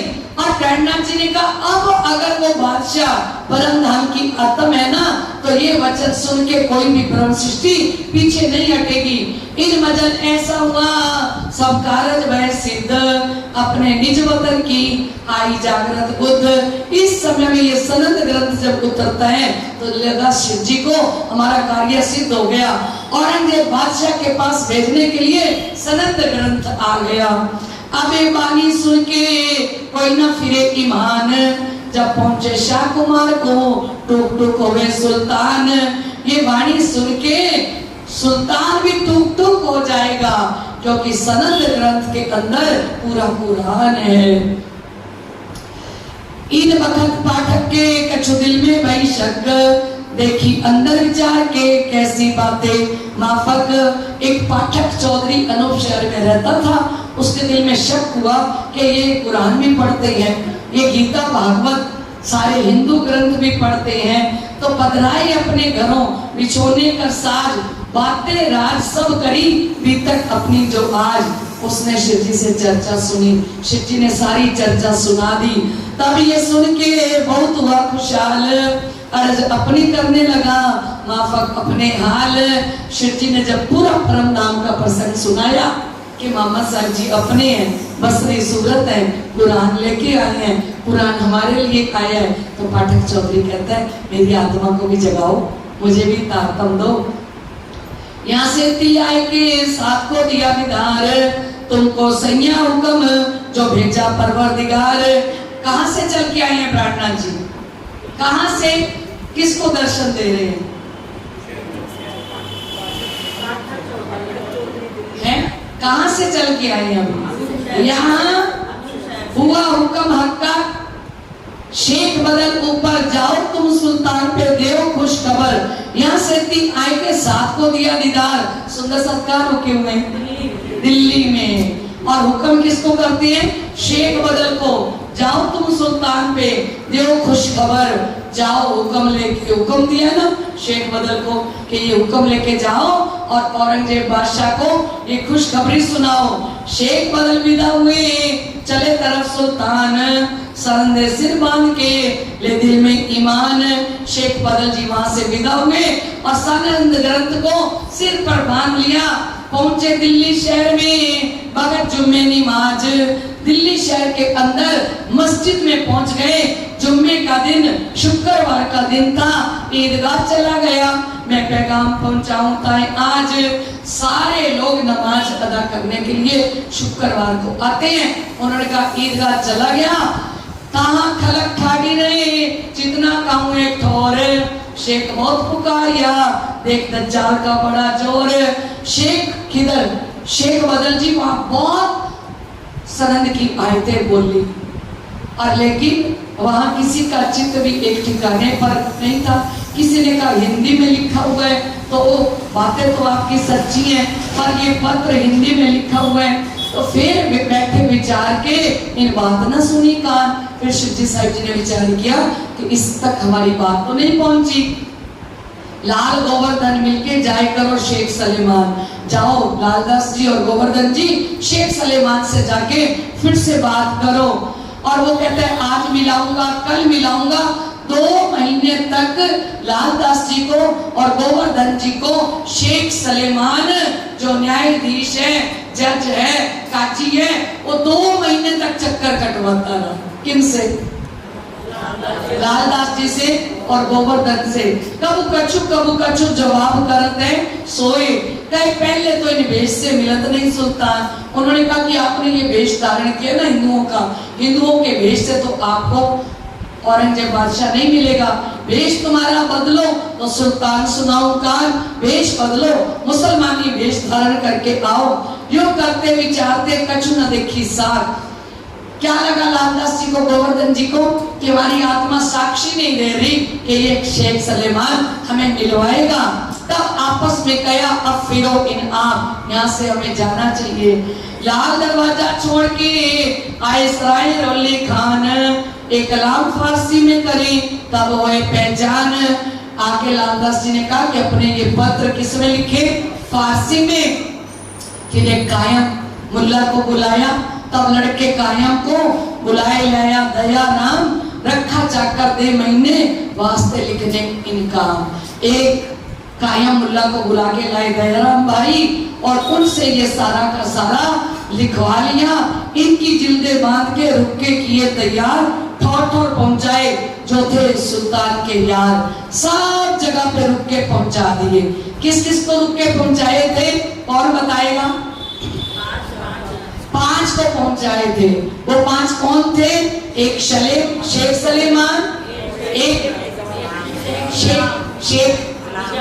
शेख निजाम, एक आकिल खान, एक सिद्दी फलान और एक रजवी खान। ठीक है, ये सारे के सारे रुक के इनको भिजवाए। उस्ताद सुल्तान का ये जो शेख निजाम कोई दिन दिन के यहाँ फिरे, ना लायक देखा इस्लाम। और एक सूरत सौदागर सूरत का रहे चांदनी चौक में, तिन पाया दीदार को, दीदार राज का मिलाप था तिन से। उसने कहा कि सूरत का जो सौदागर है ना, उसने कहा कि मेरे पास दज्जाल नामा है, मैं आपको दज्जाल नामा दूंगा। तो इस समय में सो लेने के वास्ते लाल जाए बेर एक, वे नित वायदा करे बातें करे अनेक। फिर उसने कहा मेरे पास तफसीर हुसैनी है। पहले कितने टाइम तक लालदास जी जाते रहे? दिन में रोज एक बार जाते हैं। और फिर कहा कितने दिन फिराया भया मुनकर, मेरे तफसीर हुसैनी है सो बड़ी मातबर। फिर वो कहता है मेरे पास तफसीर हुसैनी है, वो बड़ी उच्च कोटि की किताब है। तब पूछा लालदास ने उसमें क्या खबर? कुरान अर्थ फारसी है, जाहिर सब ऊपर कुरान का फारसी का अर्थ किया हुआ है तफसीर हुसैनी में, है ना। ये बात लाल ने आए के आगे करी श्रीराज, हुक्म हुआ लाल को ले आओ तुम आज। शिवजी साहिब जी ने कहा लालदास जी तफसीर हुसैनी तो ले ही आओ, जिसमें फारसी से हिंदी में अर्थ किया हुआ है। लाल फिर उनके घर गए, फिरते हुए दिन 4, फिर लाल आए के कहा या को झूठो लगत है विचार। 4 दिन उसके पास सौदागर के पास चक्कर काटे, वो कहता मेरे पास है, देखनी पड़ेगी। तो लालदास जी ने कहा ये तो झूठा ही लगता है, क्योंकि पहले क्या कहता दज्जाल नाम है, अब क्या कहते हैं तफसीर हुसैनी है। उस वक्त में हाजिर बैठा था दया राम, तिन्ने अर्ज करे मुझे कहिए एक काम। वहां दया राम भाई बैठे थे, दिल्ली के रहने वाले थे। उन्होंने कहा शेख जी मुझे बोलो, मैं ला देता हूँ आपको। तब श्री राज हुक्म किया तुम ले आओ हुसैनी तफसीर, बड़ी चाह है हमको। पहुंचे मजल मीर, कहते मीर का किस्सा लिखा हुआ है उसमें, आप तफसीर हुसैनी लेके आओ। तब हुक्म श्री राज का सिर चढ़ाया दया राम, अपने असनाओं रहते थे 300 का एक काम, अपने रिश्तेदार रहते थे, उनको कहा दयाराम भाई ने कि मुझे तफसीर हुसैनी चाहिए। तो तब उनने कहा मैं करूं तुम्हारा काज, तभी सुन हाजिर करी दई हाथ दयाराम। बोलो श्री उसी समय तफसीर हुसैनी लाके दयाराम भाई ने श्री प्राणनाथ जी के हाथ में दे दी। लिए 40 रुपए, 3 से दिए 2 फिर, खुशहाल हुआ दयाराम जाए लगा सिर मेर। तब 40 रुपए की आती थी, तब 400 वर्ष पहले 38 रुपए उसने लिए, 2 रुपए वापस कर दिए, लगे रेट का देती, क्योंकि वो रिश्तेदार थी, है ना। तो कहते हैं उस समय में इतनी महंगी थी, आज 400 साल बाद क्या कीमत होगी, है ना। तो कहते हैं इस समय में तफसीर को देख के श्रीराज वे खुशहाल बातें करने लगे आगे गुलाब लाल। इस समय कायम के तफसीर दई आगे, देख इनके मायने हमको सुनाओ। ए कायम उल्लाह के सामने रखी कि हमें तफसीर हुसैनी पढ़ के सुनाओ। इन्ना इंजुलना सूरत इन पढ़ी तामे 3 तकरार। पहली सूरत पढ़ते गए इन्ना इंजुलना, उसमें 3 तकरार लिखे हुए थे। क्या कि सबसे पहले रुए ब्रिज में आई, फिर रुए रास में आई, फिर कहाँ आई तीसरे जागनी ब्रह्मांड में। नूह के बगैर भूत तूफान, नूह तूफान, भूत तूफान, ये सारा खुलासा ग्रंथ के अंदर पढ़ना, है ना। इशारतें सारी खुली जो लिखी थी परवरदिगार, हम ही थे ब्रजरास में हम तीसरे आए इत। ये तो वही बात है जो हम कही थी तित। शिव जी ने कहा ये तो हमारे घर की बातें हैं। इन्ना आतिन्ना सूरत पढ़ी मुल्ला ने जब जमुना ताल पाल की हकीकत पाई तब। इन्ना इंजुन्ना सूरत जब पढ़ी, इन्ना आतिन्ना सूरत जब पढ़ी तो उसमें जमुना जी का वर्णन था, हौज-ओ-सर तालाब का वर्णन था, पाल का वर्णन था। तब चोट लगी श्री राज को, आया ऐसा हाल, ना रही उठने की ताकत, हुए अति खुशहाल। इतने प्रसन्न हो गए कि कुरान के अंदर हमारी बहती हुई जमुना जी का वर्णन और हमारे हौज-ओ-सर तालाब का वर्णन, क्योंकि जमुना जी उखराज पर्वत से निकल के हौज-ओ-सर तालाब के अंदर समा गई। 3 दिन तक शिव जी से जैसे नहीं उठे, 3 दिन तक इतने प्रसन्न हो गए, कुछ खाया पिया नहीं, साथ आगे बैठ के चर्चा करी बनाए, हुई खुशहाली साथ में, लई साखे सब मिलाए और सारी साक्षियां कुरान के द्वारा मिला रहे हैं। एक खुशहाली अपनी पहुंचाई सब साथ, एक तो मोमिन वासी जाके हक्के पकड़े हाथ। बोलो श्री पाती लिखी उदयपुर को और 7 सबन, तुम ठोर ठोर पहुंचाइयो जो कोई होवे सयन। सुनियो भी मुकुंद जी उद्धव के शो शाम, हम पाती पड़ी मोहम्मद की सब पाई हकीकत दाम। अपने घर की इसाते और न समझे कोई, और कोई तो समझे जो कोई दूसरा होए। इन भांत की पातियां पहुंचाइया सब साथ, खुशहाली दिन को दीजियो जो लड़त दज्जाल सो बात। बोलो श्री प्राणनाथ प्यारे की जय। इस प्रकार की सारी खुशखबरी क्यों लिखी थी? भीम को, मुकुंद को, उद्धव जी को, केशव को, श्याम को, क्योंकि ये पुराण को मानते नहीं थे, इसलिए ये पत्र इनको लिख के भेजा। इस समय नौतनपुरी से आए पहुंचे प्रेमदास, नाग जी संग शामिल आए प्रमोदने की आस। इस समय किस्सा नया जाता है। नौतनपुरी से कौन आए? प्रेमदास जी, नाग जी और संग जी आते हैं। ये आए दिल्ली में सराय हवेली रोहिला खान, जहाँ से हमारी ट्रेन चलती है, सराय रोहिला खान है ना, वहां दिल्ली के अंदर श्री जी बैठे थे।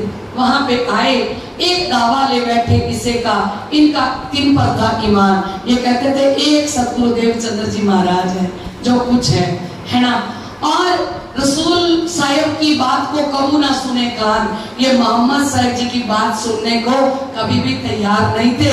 नौतनपुरी से आए थे और ये आए मजलिस मोमिनों की, या बिना मोहम्मद ना और बात, क्योंकि अब तो बात किसकी चल रही है? औरंगजेब बादशाह को संदेश पहुंचाना है, बात ही मोहम्मद की चल रही है। ये देख ताज्जुब भये, बड़ी चर्चा हुई खुदा की जात। ये तो बड़े हैरान हुए कि प्राणनाथ जी बात ही किसकी कर रही है? कई लाले लाल कहावी हो गए सब जलद, और लाल कोई ना हुआ बिना एक मोहम्मद। जब रूबरू भये राजसों, तब बातें करते बिने जोश।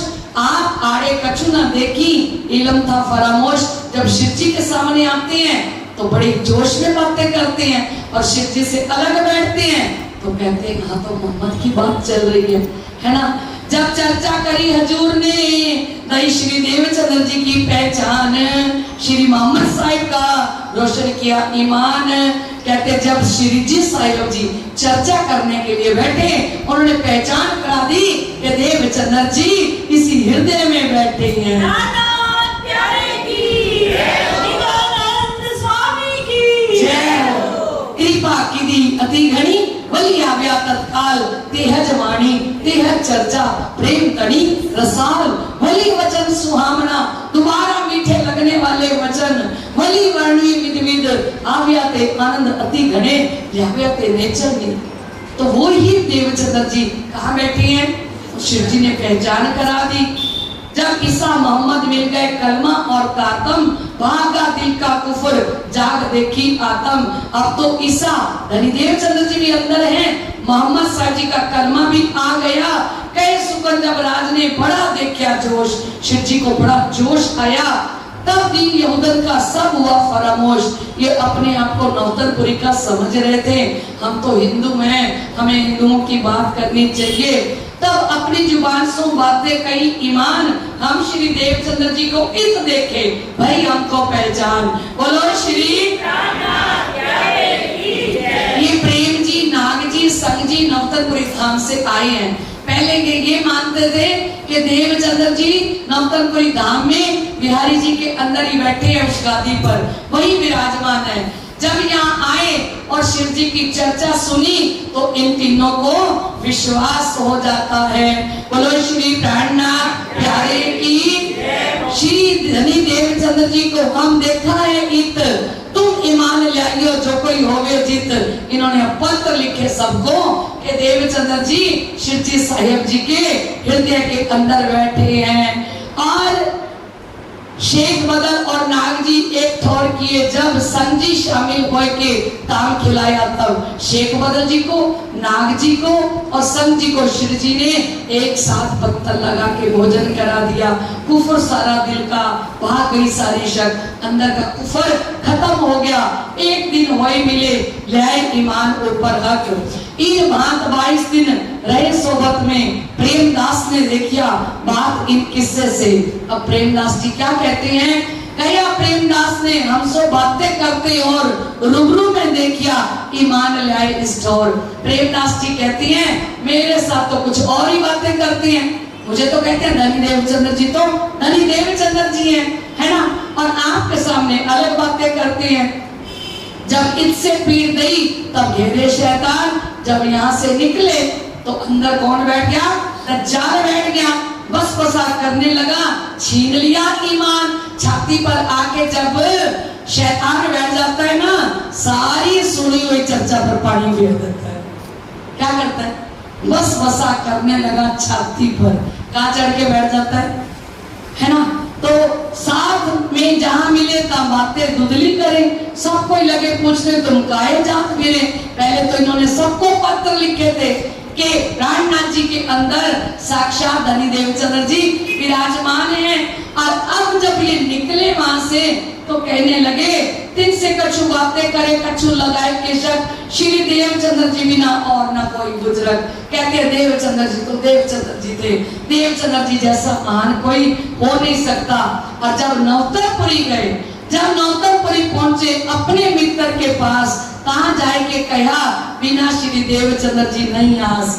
अरे हमने वहां किसको देखा है? साक्षात प्राणनाथ जी के अंदर देवचंद्र जी बैठे हैं। देवचंद्र जी बिना हमारी तो कहीं आस पूरी होती नहीं। श्री देवचंद्र जी को हम देखे बैठे उन मुकाम, एक दिन करण का सौंपा इनको काम। धनी देवचंद्र जी ने निजानंद संप्रदाय को और सारी दुनिया को एक करने का काम सदगुरु देवचंद्र जी प्राणनाथ जी को सौंप के गए हैं। इतनी बात सुन के उठ भागा मेहतर, इतनी बात सुनी, बिहारी जी गादी से उठ के वहां गए।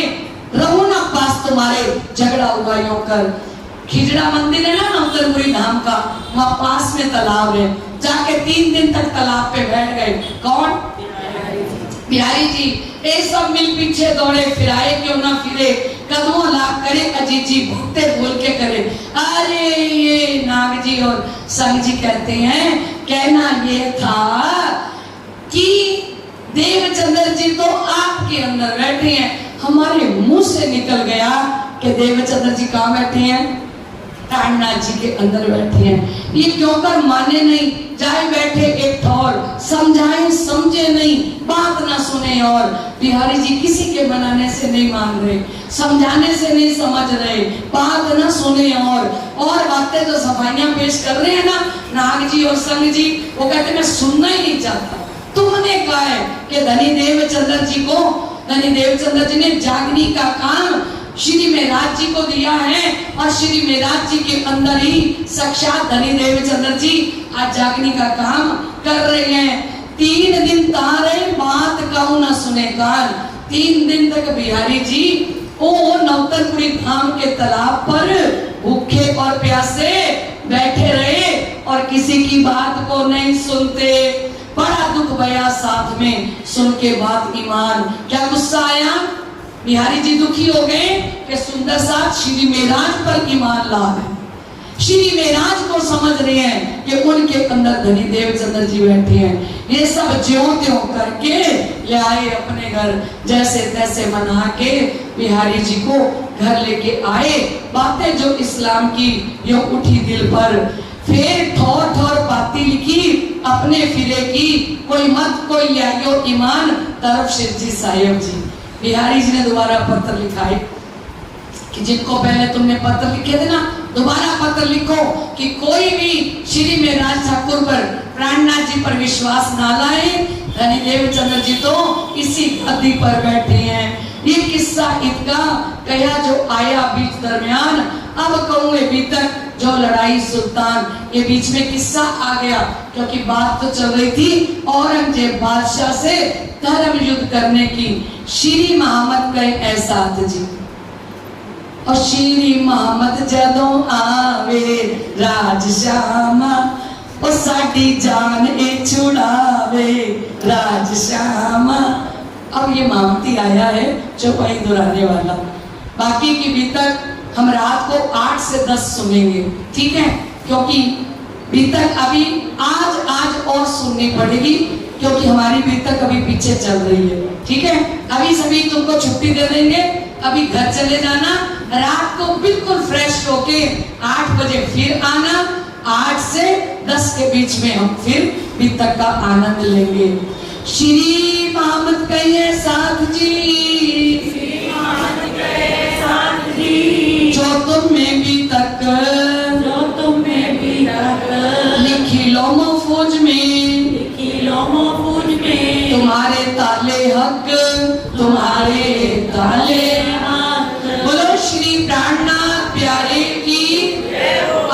प्रकार 12 साथी मस्जिद में जाएंगे, किस प्रकार औरंगजेब बादशाह तक पैगाम पहुंचाएंगे, ये दिल्ली का सारा प्रसंग हम रात को सुनेंगे। बोलो श्री प्राणनाथ प्यारे की जय, नाम के धनी की जय, प्राणनाथ प्यारे की, श्री कृष्ण कन्हैया लाल की, सतगुरु महाराज की, महामती लालदास जी महाराज की, बाबा दयाराम साहेब की, महाराज श्री जवाहरदास साहेब की, महाराज श्री रामरतन दास साहेब की, तीनोंपुरी धाम की, आज के आनंद की। प्रणाम जी। चलो अर्जी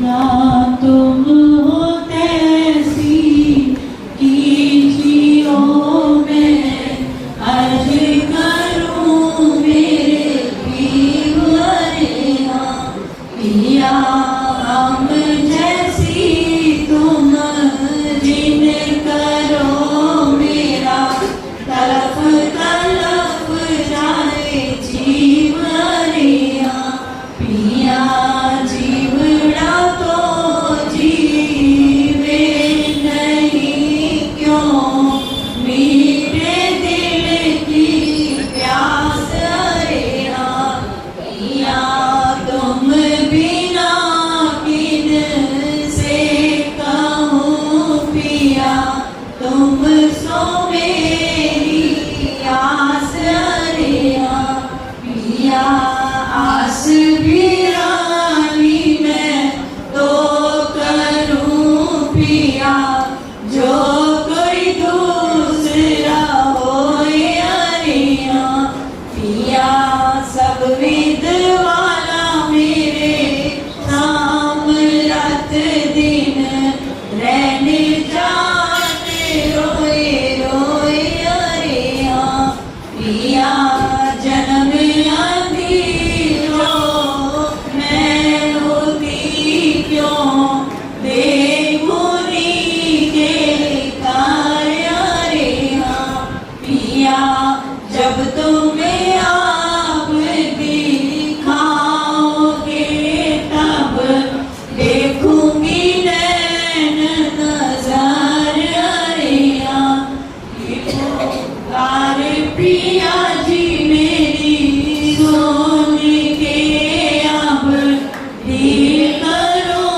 तुम जीत अरेया पिया क्षण क्षण खबर जो लीजियो एती अर्ज करूं दुल्हन अरेया पिया एती अर्ज में तो करी जो बीच पड़ी अंधराए अरिया सो अंतरियाड़ी लाल के दुल्हा लीजे कंठ लगाए अरिया पिया कंठ सो कंठ लगाए के पिया कीजे हास विलास अरिया वालों पे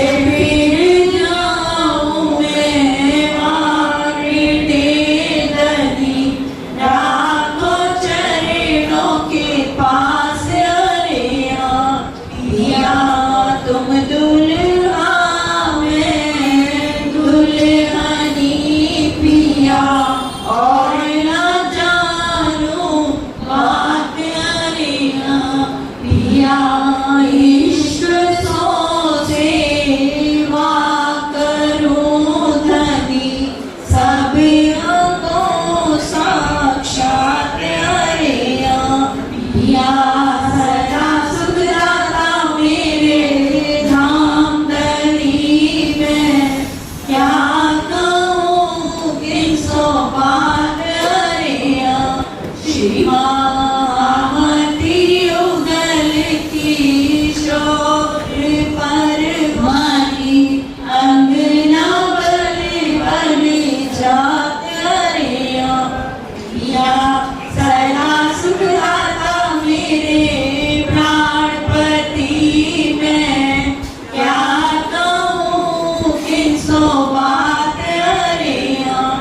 श्री महामती युगल स्वरूप परवारी अंगना भर भर जात हरे पिया तुम हो कैसी कि जियो मैं अर्ज करूं मेरे पीहू हरे पिया हम जैसी तुम जिद करो मेरा हलफ हलफ जाए जीव हरे।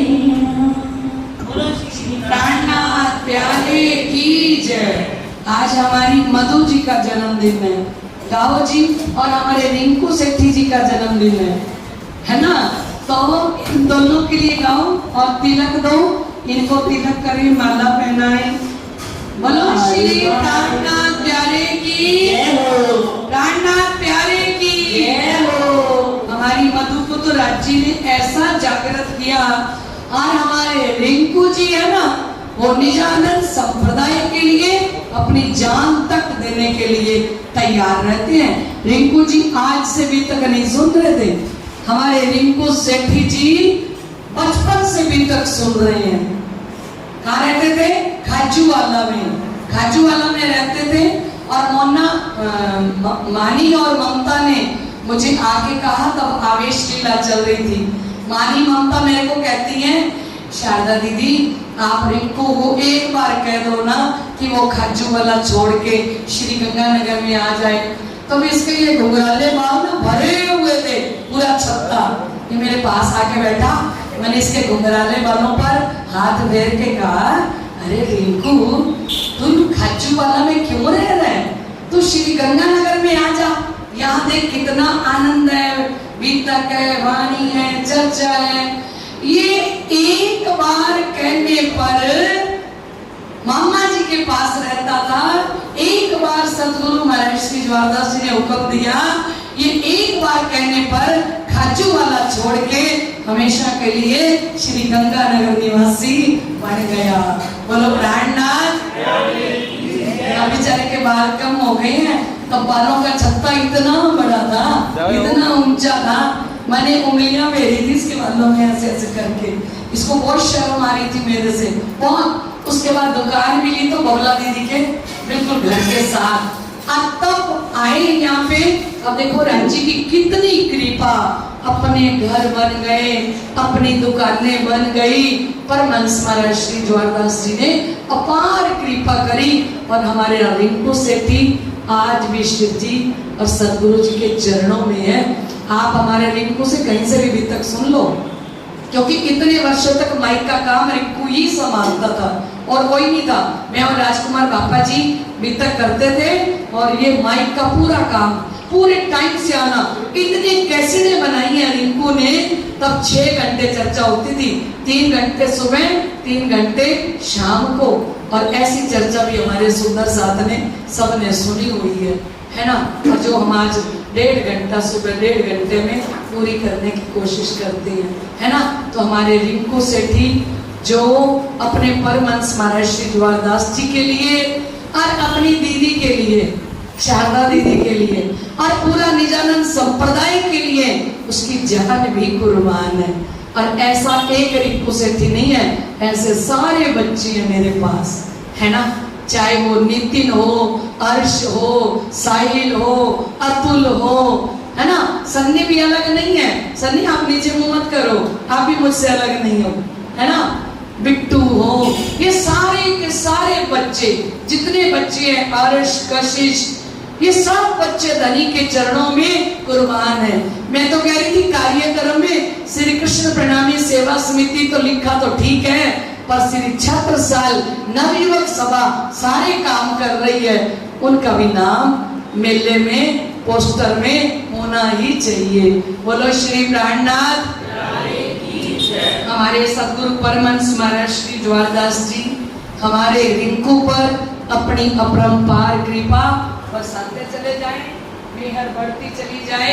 ये मेरी धनी के चरणों में। बार दिन ये आए, बार बार दिन ये गाए, बार बार बार दिन ये आए, बार बार दिल ये गाए, अब भी तक चर्चा सुनो बार बार, यही है मेरी आरज़ू।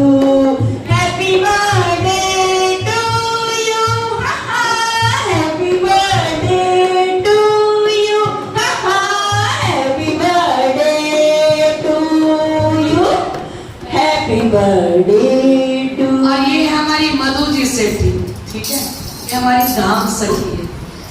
जब से सदगुरु धनी की पहली बार बेतक सुनी ना, उसके बाद धनी के चरणों के अलावा कुछ नहीं देखा।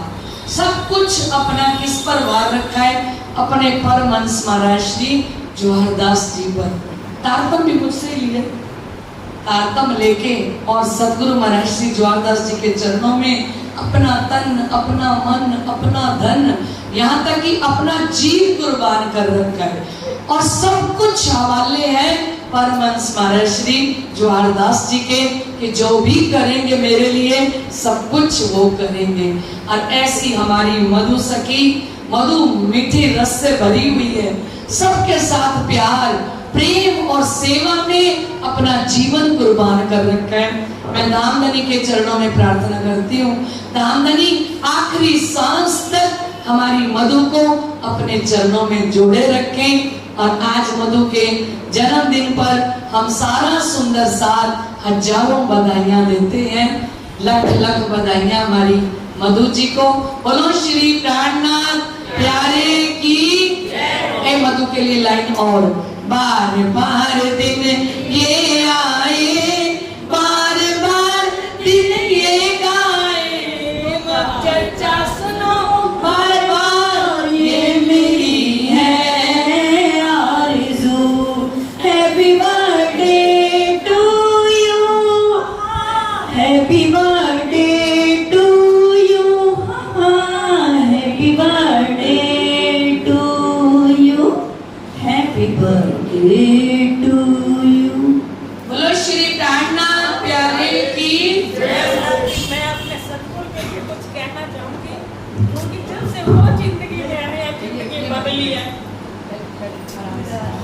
बोलो श्री प्राणनाथ प्यारे की जय। सुंदर साहब जी, मैं तो कुछ भी नहीं थी, लेकिन मेरे धाम धनी और मेरे सतगुरु मेरी शारदा दीदी जब से जिंदगी में आई है, जिंदगी को खुशहाली से भर दिया है। इनका एहसान जिंदगी क्या कहीं जिंदगी में नहीं चुका सकती, क्योंकि जब तक ये जिंदगी में नहीं आई थी तो बिल्कुल वैरन जैसी जिंदगी थी, लेकिन हम तो उनके वजूद को ही देखते रह गए। जो उनकी रूह, जो उनके अंदर बैठे हम सदगुरु हमें जगा रहे हैं, हम उसकी पहचान नहीं करते। सुंदर साहब जी, जब स्वामी जी ने भी कहा था कि अपने समय में सुंदर साहब ने उनके वजूद को देखा, आज मैं भी यही कह रही हूँ सुंदर साहब जी, जो उनके अंदर हमारे सदगुरु महाराज जवाहरदास जी आके इतनी पहचान करा रहे हैं, सुंदर साहब को जगा रहे हैं, उसका बदले में कुछ नहीं दे सकते ना, कुछ नहीं दे सकते। बोलो श्री प्राणनाथ प्यारे की जय। हमारी मधु को तो प्रवचन करना भी आ गया, ये कब आया मेरे को तो पता ही नहीं लगा। बोलो श्री प्राणनाथ प्यारे की। हमारी मधु में इतने सुंदर भाव प्रस्तुत करने आते हैं, ये तो मुझे पता ही नहीं है ना। कितना प्यारे अपने भाव, ये है हृदय के भाव, दिल के भाव, है ना। अपने हृदय के भाव जब कोई रखता है ना, तो वो हमें, हमारे भी आंसू निकल आते हैं उस बात को सुन के। और हमारी मधु परम धाम की एक वो सखी है जिसने अपना सब कुछ वार दिया। सुंदर साहब जी, कुछ भी नहीं रखा। कुछ बातें ऐसी होती हैं जो बताने की नहीं होती, नहीं बताऊंगी। उसने अपनी चमड़ी भी उतार कर प्राणनाथ जी को दे दी है, मैं क्या बताऊंगा आपको। जो कुछ उसके पास था ना, सब उसने सतगुरु धनी पर वार दिया। पर धाम धनी जब इनकी बारी आएगी ना तो धामधनी खुद आएंगे अंजलि की शादी करने के लिए। सदगुरु महाराज श्री जवाहरदास जी खुद अंजलि की डोली को भी विदा करेंगे, आके सारे काम खुद करेंगे। आत्मा भी उन्होंने जगाई है और संसार के काम भी वो ही करते हैं। विश्वास करके दौड़े जे तार तुमको फल सोई ले। जो विश्वास करके सदगुरु धनी के चरणों में आता है, धनी सबे मनोरथ हुए पूर्ण। वो सारे मन के मनोरथ धनी पूर्ण कर देते हैं। मैं कहती हूँ आप सबके पूर्ण करें। आपके मन के अंदर जितना भी मनोरथ है ना, मेरी शिवजी गुम्मट वाले साहिब के चरणों में प्रार्थना है, सदगुरु जी के चरणों में प्रार्थना है, आप सबके मनोरथ धामधनी पूर्ण करें। आपके सारे काम रामनाथ जी शिवजी साहिब जी खुद करें और आपको शरद पूर्णिमा के महोत्सव में वो जरूर बुलाएं, ये मेरी प्रार्थना है। बोलो श्री प्राणनाथ प्यारे की जय हो।